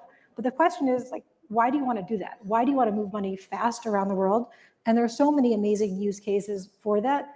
And the question is as you start to look at the pools of assets and these important use cases, whether or not you're a CFO or trying to manage your money from a company perspective, gosh, wouldn't it be nice if I had one account and didn't have to have revolvers all around the world to support my working capital variance of risk? So if you can reduce that time period, you're actually adding value. So capital efficiency, liquidity, speed, all of those things can enable stablecoin to grow. So the coin's out there because, again, it's about treasuries, it's about tokenization, and it's about money management in a way that's really smart to make the system work. I think that, because you have to move two ledgers, right? You have to update the ledger that tracks the securities, the ownership of the security, let's say a treasuries or a money market fund, but you also have to update the ledger that tracks the dollars that are the counterparty to the transaction, right? And then the fact that now we have this single ledger technology that uses the same underlying representation for dollars and securities is a huge advantage. And when I started doing tokenization, stablecoins didn't exist. Like USDC was launched in 2018, Tether was $3 billion, I think, AUM, and it was the tokenized money market fund project at BlackRock. And then the advantage of that money market fund, tokenized treasury fund is that you also have stable coins as a counterparty to the fund to be able to invest and to be able to redeem the fund quickly, right? So one without the other are handicapped. And I think now that we have stable coins that are, legal, and we have also clarity towards about tokenization, the role of transfer agents and broker dealers for custody, et cetera, then I think that this is when the market will really expand. Right. What about you, Nathan? You've called it, Anchorage has called stablecoins core plumbing. Mm-hmm. Yeah, I think it's kind of interesting to think of whether they are core or not. Certainly, if you're looking at it from the TradFi angle, the stablecoins are not yet core. They're kind of the new up-and-coming player. But if you actually take the orientation of looking from the blockchain space, right now, over half of blocks mined or staked or added to each of the various blockchains that are popular are at least one part of the transaction is denominated in a stablecoin. And so they are actually the main way that blockchains are being used right now. Majority of the block space is toward stablecoin related transactions. And so, I mean, within tech, the never-ending story of tech is when you see something that is 10 times better than the existing infrastructure, it is almost guaranteed to succeed. And anybody who has touched stablecoins, anybody who has transacted with stablecoins, anybody who's moved stablecoins understands that they are 10 times better dollar. And so that's not to say that they're worth $10, but they are way more useful, way more convenient.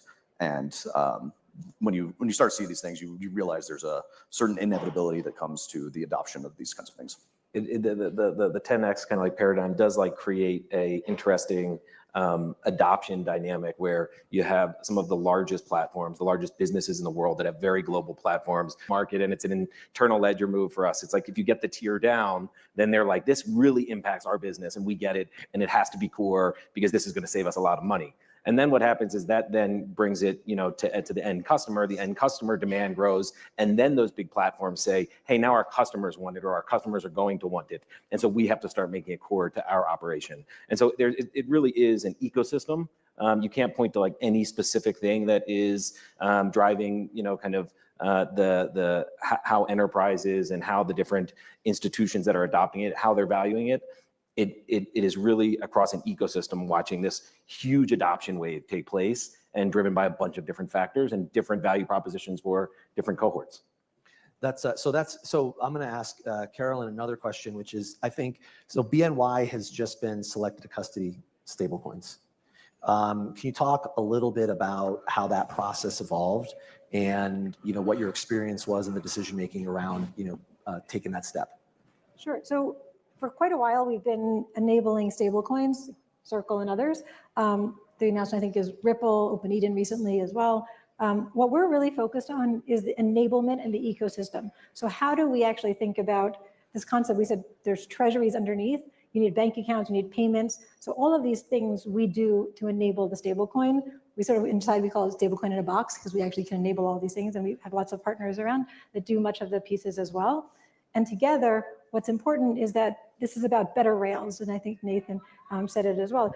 We really, if there's a pain point, if you will, for a client, how can these rails enable that? So from our perspective at BNY, what we're really focusing on is how do we enable the stable coins to actually save our clients money, to create better, cheaper, faster ways, reduction in capital and these efficiencies. So that's one really important thing for our clients.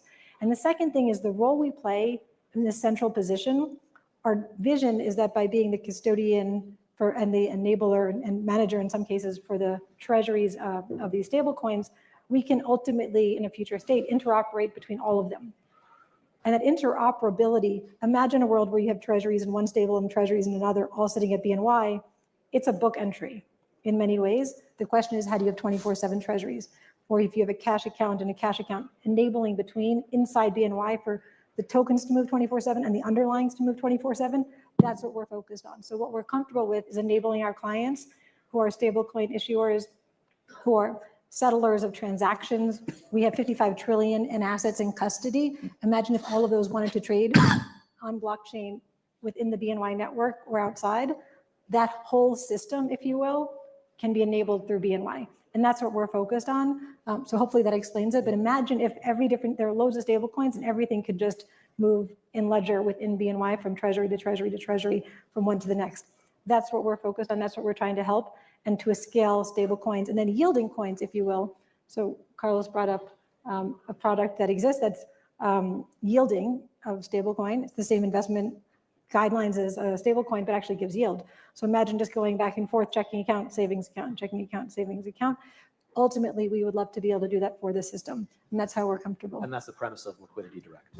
So what Liquidity Direct is a great point. Today, we are the largest enabler of loads of money market funds. So any institution who wants to put large amounts of money into a money market fund or switch between them, they do that through Liquidity Direct today. And what we've enabled is that some of these very large money market funds, they have share classes now that we've tokenized. We've done that in partnership with Goldman Sachs and some others. And the key is that a stable NAV money market fund that is a share of hundreds of billions of dollar money market fund, that's actually quite a nice payment rail as well.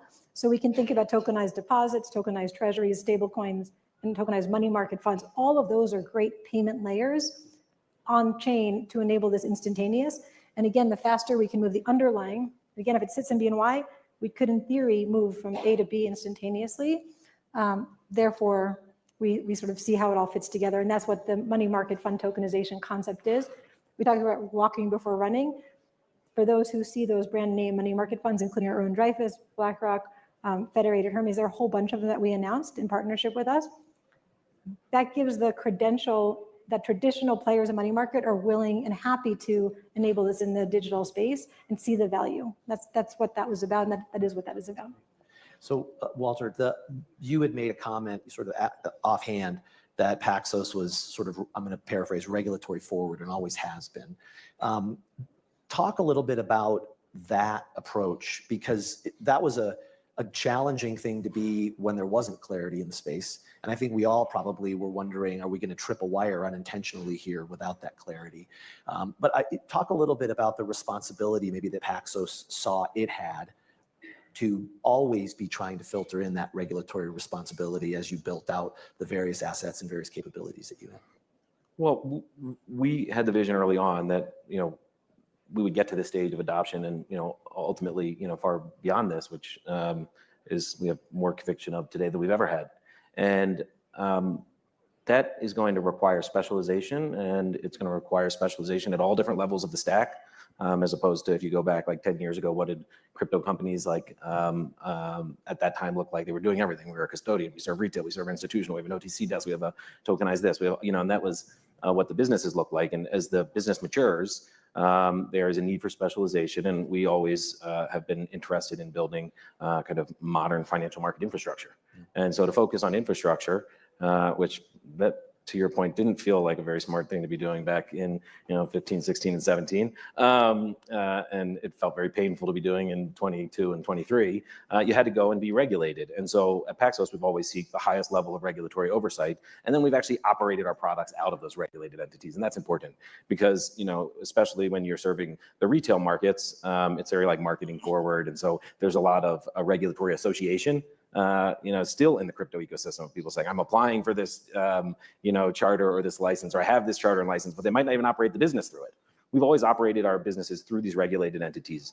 And that's not just so that we can, boast about it and, or take the different, types of brain damage and scar tissue that comes along with it. It's because that's allowed us to serve enterprises. Yeah. And you look at our customer base today, and just look at the public companies that have chosen us as their infrastructure. It's over $1 trillion of market cap of companies, from MasterCard to PayPal to Nubank to Mercado Libre, Interactive Brokers.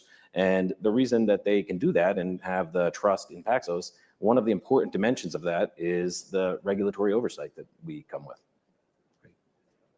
So Nathan, you must have a similar take on this, is what I got to imagine, because you're coming at it. It's funny because the panelists up here have all come at this from a different direction. I want to talk to Carlos in a minute about this topic, but do you have anything to add on to what Walter just said about your experience? Yeah, I think, in many ways, Paxos pioneered the idea of regulatory first. I think you guys were one of the first, if not the first, trust charter within New York. And we very much agreed with that thesis, that the way to build to last within the digital asset ecosystem was to pursue regulatory clarity, even when it was hard, even when it was difficult. Many large institutions said, hey, we want to be second. And there's a really good reason that you want to be second, because the ones that go first get in trouble. They have a lot of problems. They go through the growing pains. You talked earlier about the scars. But I think what we're finding is there are an entire set of institutions that would never have touched crypto with a 10-foot pole. BNY, relatively speaking, had a lot of courage to decide to get into crypto and crypto businesses when they did. Similarly, BlackRock and a lot of the other institutions. But what we're seeing now is super conservative institutions say, hey, we can no longer wait. We can no longer stand on the sidelines of this. We need to come in. And so what we're finding is that despite the fact that it feels like there's a regulatory lifting, what's happening is there's an even bigger set of institutions that are now coming in that want to work with the most regulated institutions they possibly can. because absent that, they were never going to come in the first place. And it turns out that that is almost like an iceberg in a sense. And the iceberg of conservative institutions that are now coming in, I think is going to be really one of the main stories of the next 24 months. Wow. I'm going to play that back because not only did he give a time frame, but he said that the most conservative institutions that were previously sidelined from participating in the digital asset and crypto ecosystem are now for the first time ever waking up and saying, hey, like, we're coming in. We're trying to get involved in the digital asset ecosystem now that the regulatory environment's a little bit better. But he specifically mentioned the image of an iceberg, okay? Where, you know, if you're looking at an iceberg, it's just a little tiny. I'm sure you guys have seen that picture floating around somewhere on Twitter. It's just a little tiny picture of an iceberg tip poking out of the water, but then underneath you have the body and the heat of the iceberg sitting underneath of that. And that's what's still about to come on chain. And I just truly think that people are underestimating the long term of this space, like this gentleman said, over the next 24 months, 12 to 24 months, give or take. So still inching us closer towards that 2030 objective. But so many people still thought it was going to be this year. It was never going to be this year. It was going to be more so 2026, 2027, 2028 timeframe. If you have the patience, the longevity in this space, and you've been doing this research, hearing those dates don't really bother you because you've already been in the know, knowing that that's really how long it's going to take. Zooming out, though, and looking back, once we get to 2030, it's not going to feel that long, right? 2 to 3 years from now, 12 to 24 months is not really a long time. That time is going to fly by like that. So I'm going to run that 30-second clip back here where this gentleman from Anchorage Digital goes on to pretty much say that the institutions are here and they're not effing about. This is pretty crazy to hear. I think that's probably right. Just put brands, ones that go first get in trouble. They have a lot of problems. They go through the growing pains. You talked earlier about the scars. But I think what we're finding is there are an entire set of institutions that would never have touched crypto with a 10-foot pole. BNY, relatively speaking, had a lot of courage to decide to get into crypto and the crypto businesses when they did. Similarly, BlackRock and a lot of the other institutions. But what we're seeing now is super conservative institutions say, "Hey, we can no longer wait. We can no longer stand on the sidelines of this. We need to come in." And so what we're finding is that despite the fact that it feels like there's a regulatory lifting, what's happening is there's an even bigger set of institutions that are now coming in that want to work with the most regulated institutions that they possibly can. Because absent that, they were never going to come in the first place at all. And it turns out that is almost like an iceberg in a sense. And the iceberg of conservative institutions that are now coming in, I think is going to be really one of the main stories of the next 24 months. Yeah, I think that's probably right. I want to go down to Carlos because of all the people. One of the things, I've known Carlos now for a long time. Carlos had hair when I met him. So a long time. And I've always been a big fan of securitizing. You've been particularly fearless in the RWA side of things with that lack of clarity. I wonder if you could just share a little bit about what kept you going amidst this lack of certainty and this great opportunity that you saw with RWAs and securitizing. Maybe walk through a little bit what that experience was like for everybody.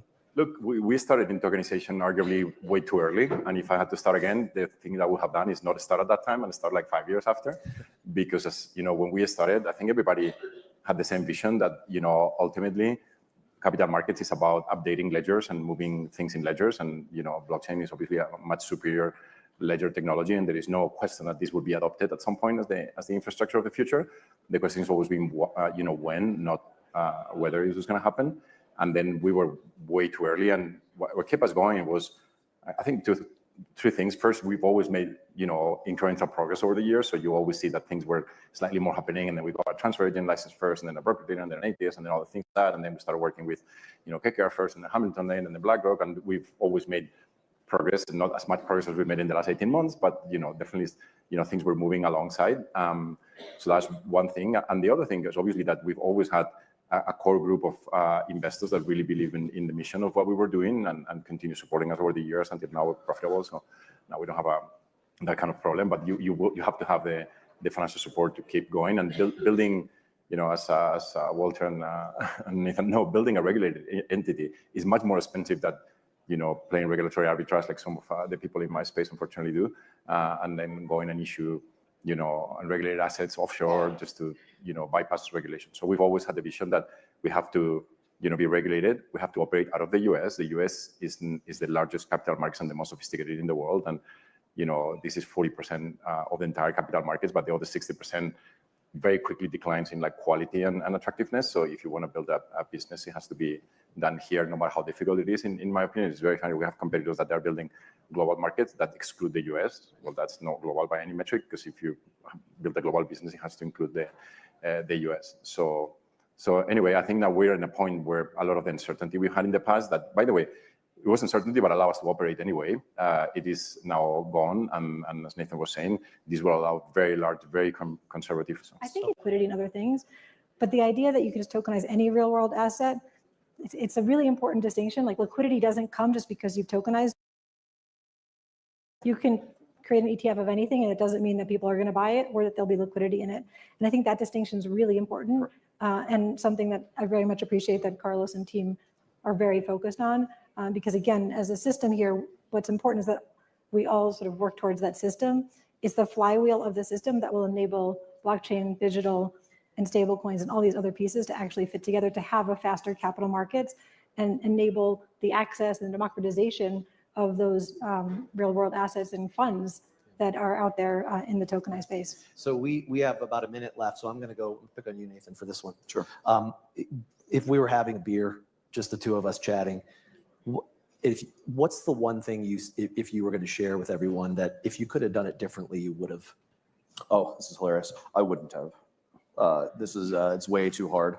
You wouldn't have done it at all.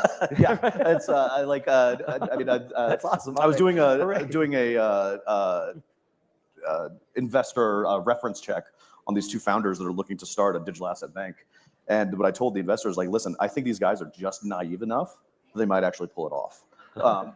Because if you actually knew how hard it was, you actually knew like how difficult it is to go through the process, particularly of becoming the first one to be regulated in a certain area. It's just very, very difficult. There's probably better ways to spend your life. So I think if we were a few drinks in, that's probably what I'd do. That's great. All right, we'll have to see what else we get. Anyway, thank you all to the panelists. Thank you all for being here. Thank you, Salt, for having us. No.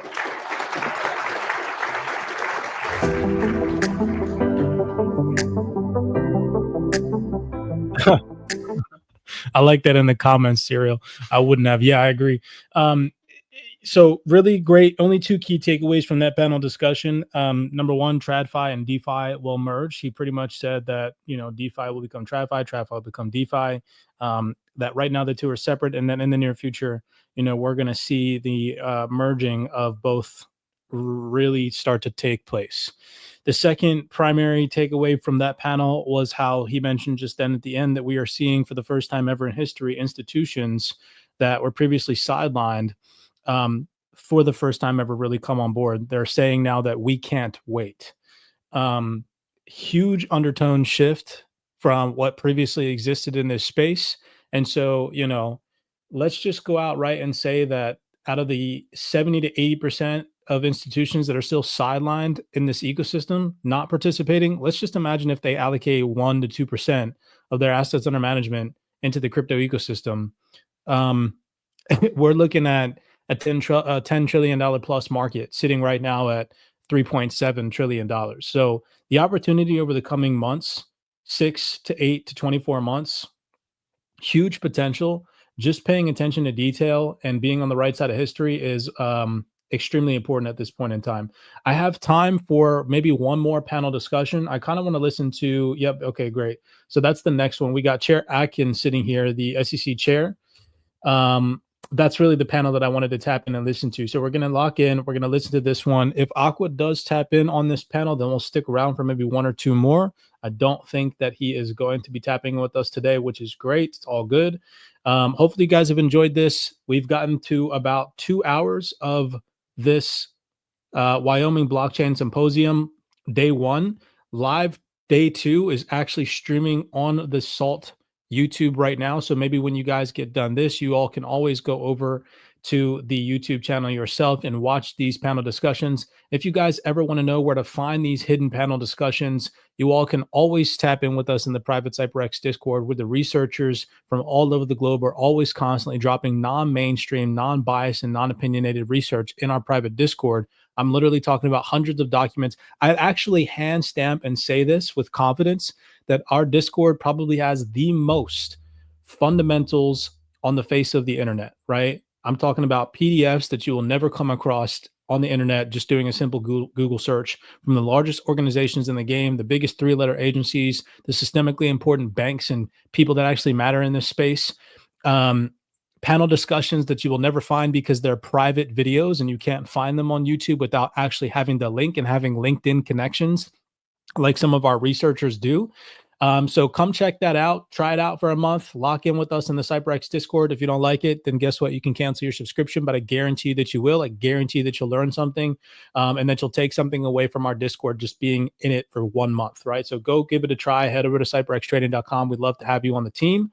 Let's continue to listen here on the panel. Next, we have Chair Atkins giving us his insights, hopefully, into the digital asset ecosystem and the regulatory clarity that's coming in this space. Oh, you really can't see anything.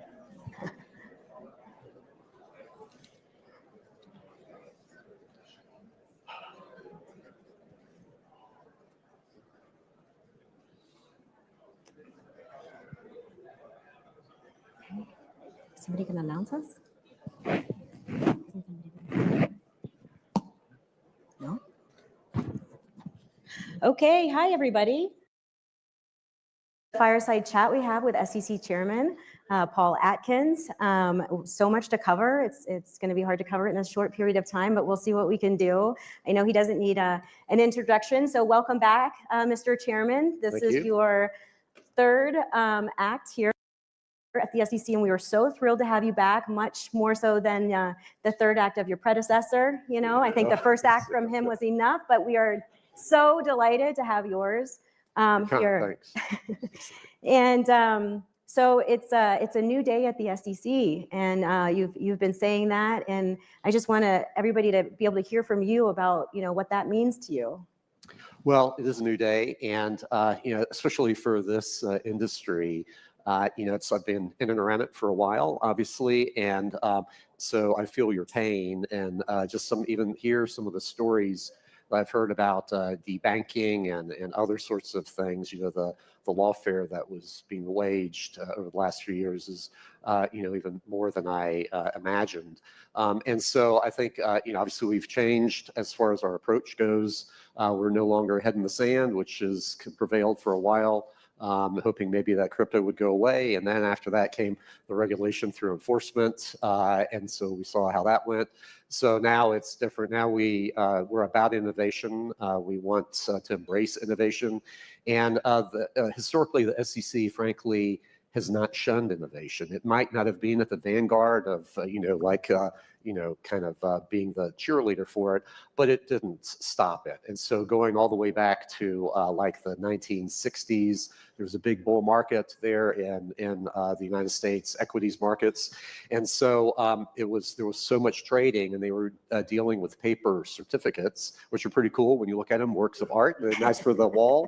But the trouble was that, you had to process them, and there was not the data processing ability and capability at the time. So the New York Stock Exchange and other exchanges had to close down at least one way. So the SEC was there and worked with the industry, and that's how DTCC came about, where securities were then digitized, and so they were globalized, the globalized securities and immobilized that way, and then traded digitally. So that was a huge innovation. And other things through the years, the automatic trading systems, ETFs, all of those things SEC enabled through a creative use of rulemaking, of course, prompted by people, approaching the SEC and saying, what if, can we do it?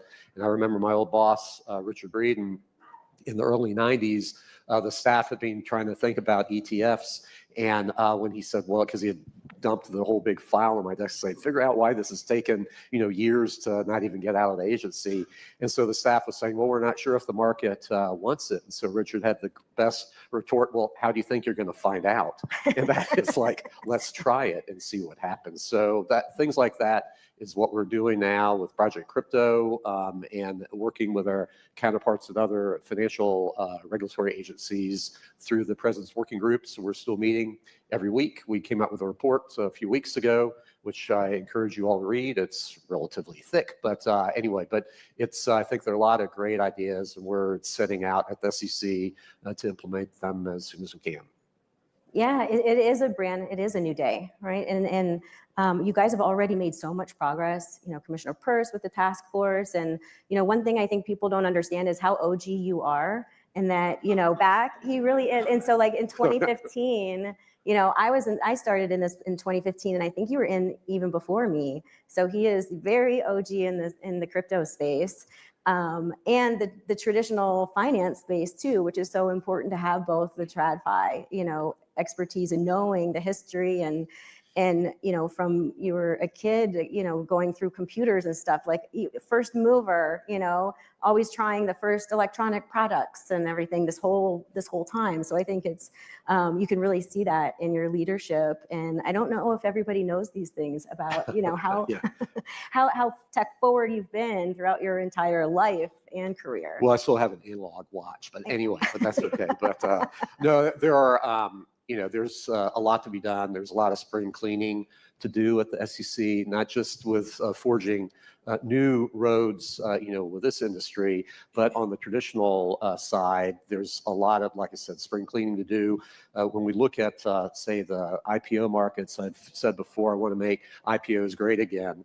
There's so much negativity around going to the public markets right now because of a lot of things, just the cost of it, the complexity of the regulatory scheme and disclosure, the litigation issues around corporate governance and the weaponization of some of that. So we need to clean up a lot of that and make it much more efficient. And so we'll be setting out to do that and bring people on to help us achieve that.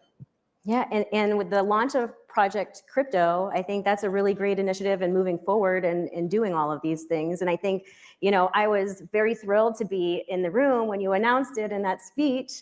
And I think there was a standing ovation around the world about, bringing our markets on chain.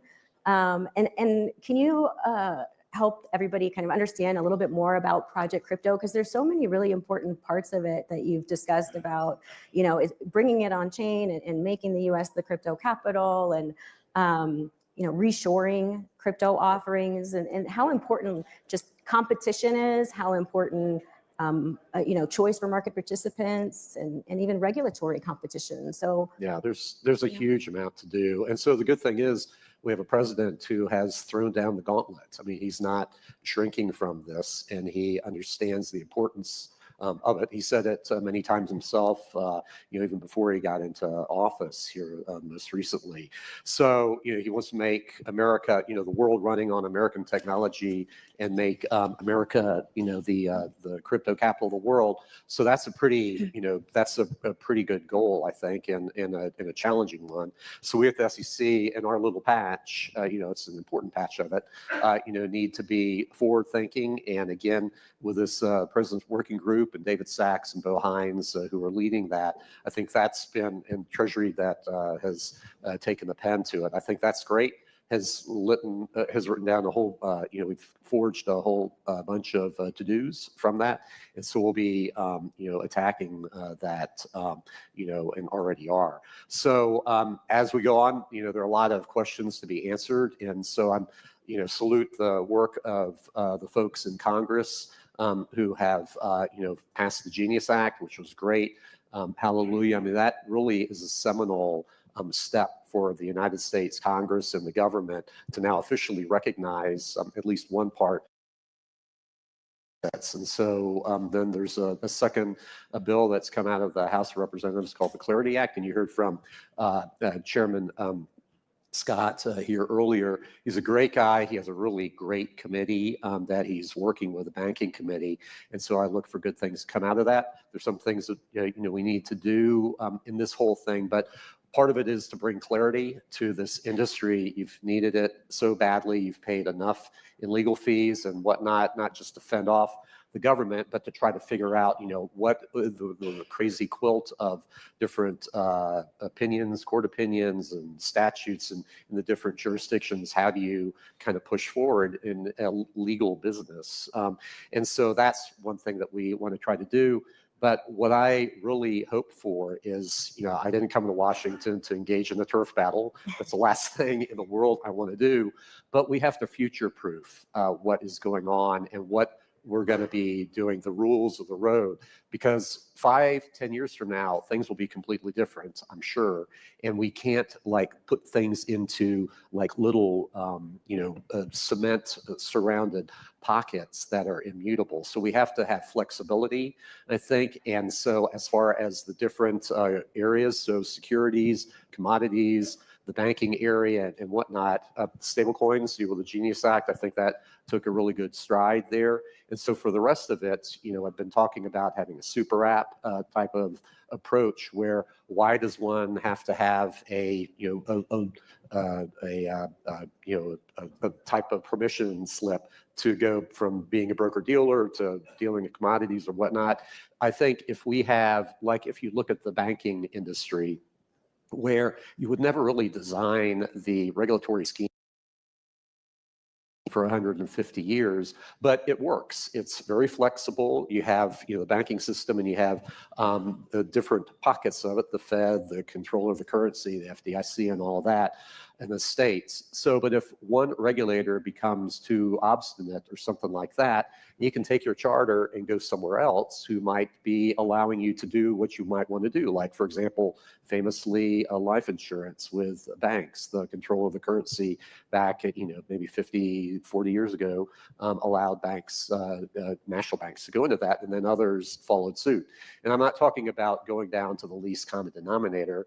I'm talking about having a system where there is, we keep people honest by having kind of friendly competition, friendly, balance of power, and without having, I like to compare to, the 1500s, the Pope divided the world between Spain and Portugal, the two big empires trying to struggle over Terra box back in the 80s. In the 90s, I'm thinking of single stock futures, portfolio margining. It wasn't that the two commissions didn't get along, at the board level, but it was even at the staff level where there was sniping and just prevarication there that didn't allow things to move forward. So anyway, so all I'm pleading for is, flexibility so that we can keep the regulatory scheme adaptable to changes in the marketplace and technology as we go forward. And I think that's a really important distinction too, and like the Shad-Johnson Accord of making them work together to come up with something. And I think it's novel the way that you're thinking about it more as of an alternative, right? So they have the alternative types of frameworks. So there's one under different regulators, and there can be federal and state. And so there's optionality depending on your business, depending on how the regulators choose to do their regulations. So like some of the things I think people don't recognize is all of the authority, exemptive authority, and how flexible the SEC is as an agency compared to the other agencies. You can trade on smaller systems. You have the Reg ATS, alternative trading systems, and you can exempt out and do so many flexible things with the SEC using the exemptive authority as long as it's not hamstrung, by any kind of legislation. So I think that's really novel and something that people, maybe aren't appreciating the ability to have alternative systems in a super app. I love a horizontal super app where you can, trade your commodity, securities, and other things on one platform. Right. There's no reason why not. And so we have, right now people don't realize it, but securities exchanges could, if they wanted to, trade gold or wheat for that matter. Not the future side. That has to go to under this Commodity Exchange Act to futures exchange, and there they have their regulatory what we do with a statute. So again, to future-proof it from hanky-panky in the future, from somebody coming again. But anyway, but we have the flexibility to move forward, and we are moving forward, able to follow on with the path that we have set forth.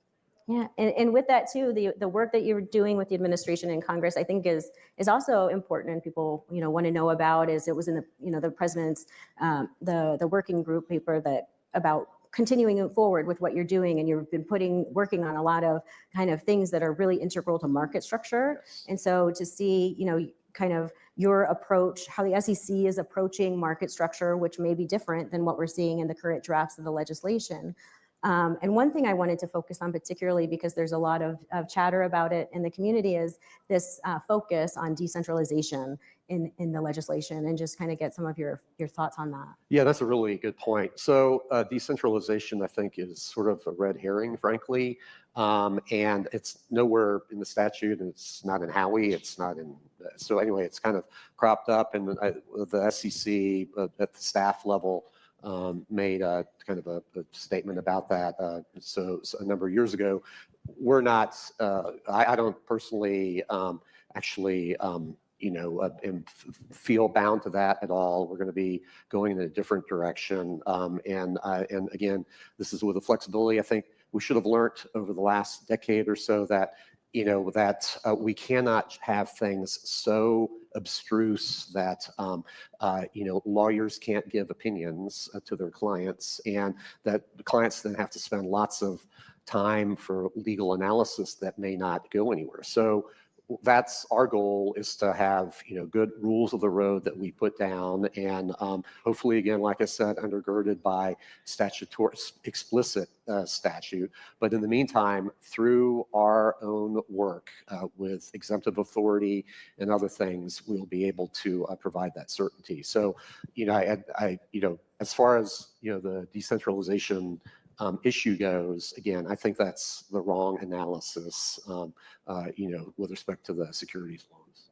Yeah, and I think it's kind of interesting that such a focus on that. I'm not really sure, where it came from in, continuing to grow any kind of support, because even, people, I think, that came from a former director of corporation finance statement that, many securities lawyers and others have just kind of disavowed and not thought that was the right kind of way forward, overly focusing on one factor of a multi-factor test of one type of a security to then somehow take over the entire analysis of securities law. Could be put on chain and make it much more efficient to process them and everything. So he did, and he had a company that was doing that. But so that wasn't a security. This on chain and all that, very centralized. That's not a security. And so I think the analysis has to be different. If you look at Howey itself, the orange itself was not a security. The orange tree was not a security, but the gestalt around it of, the organization and the promises made and all that,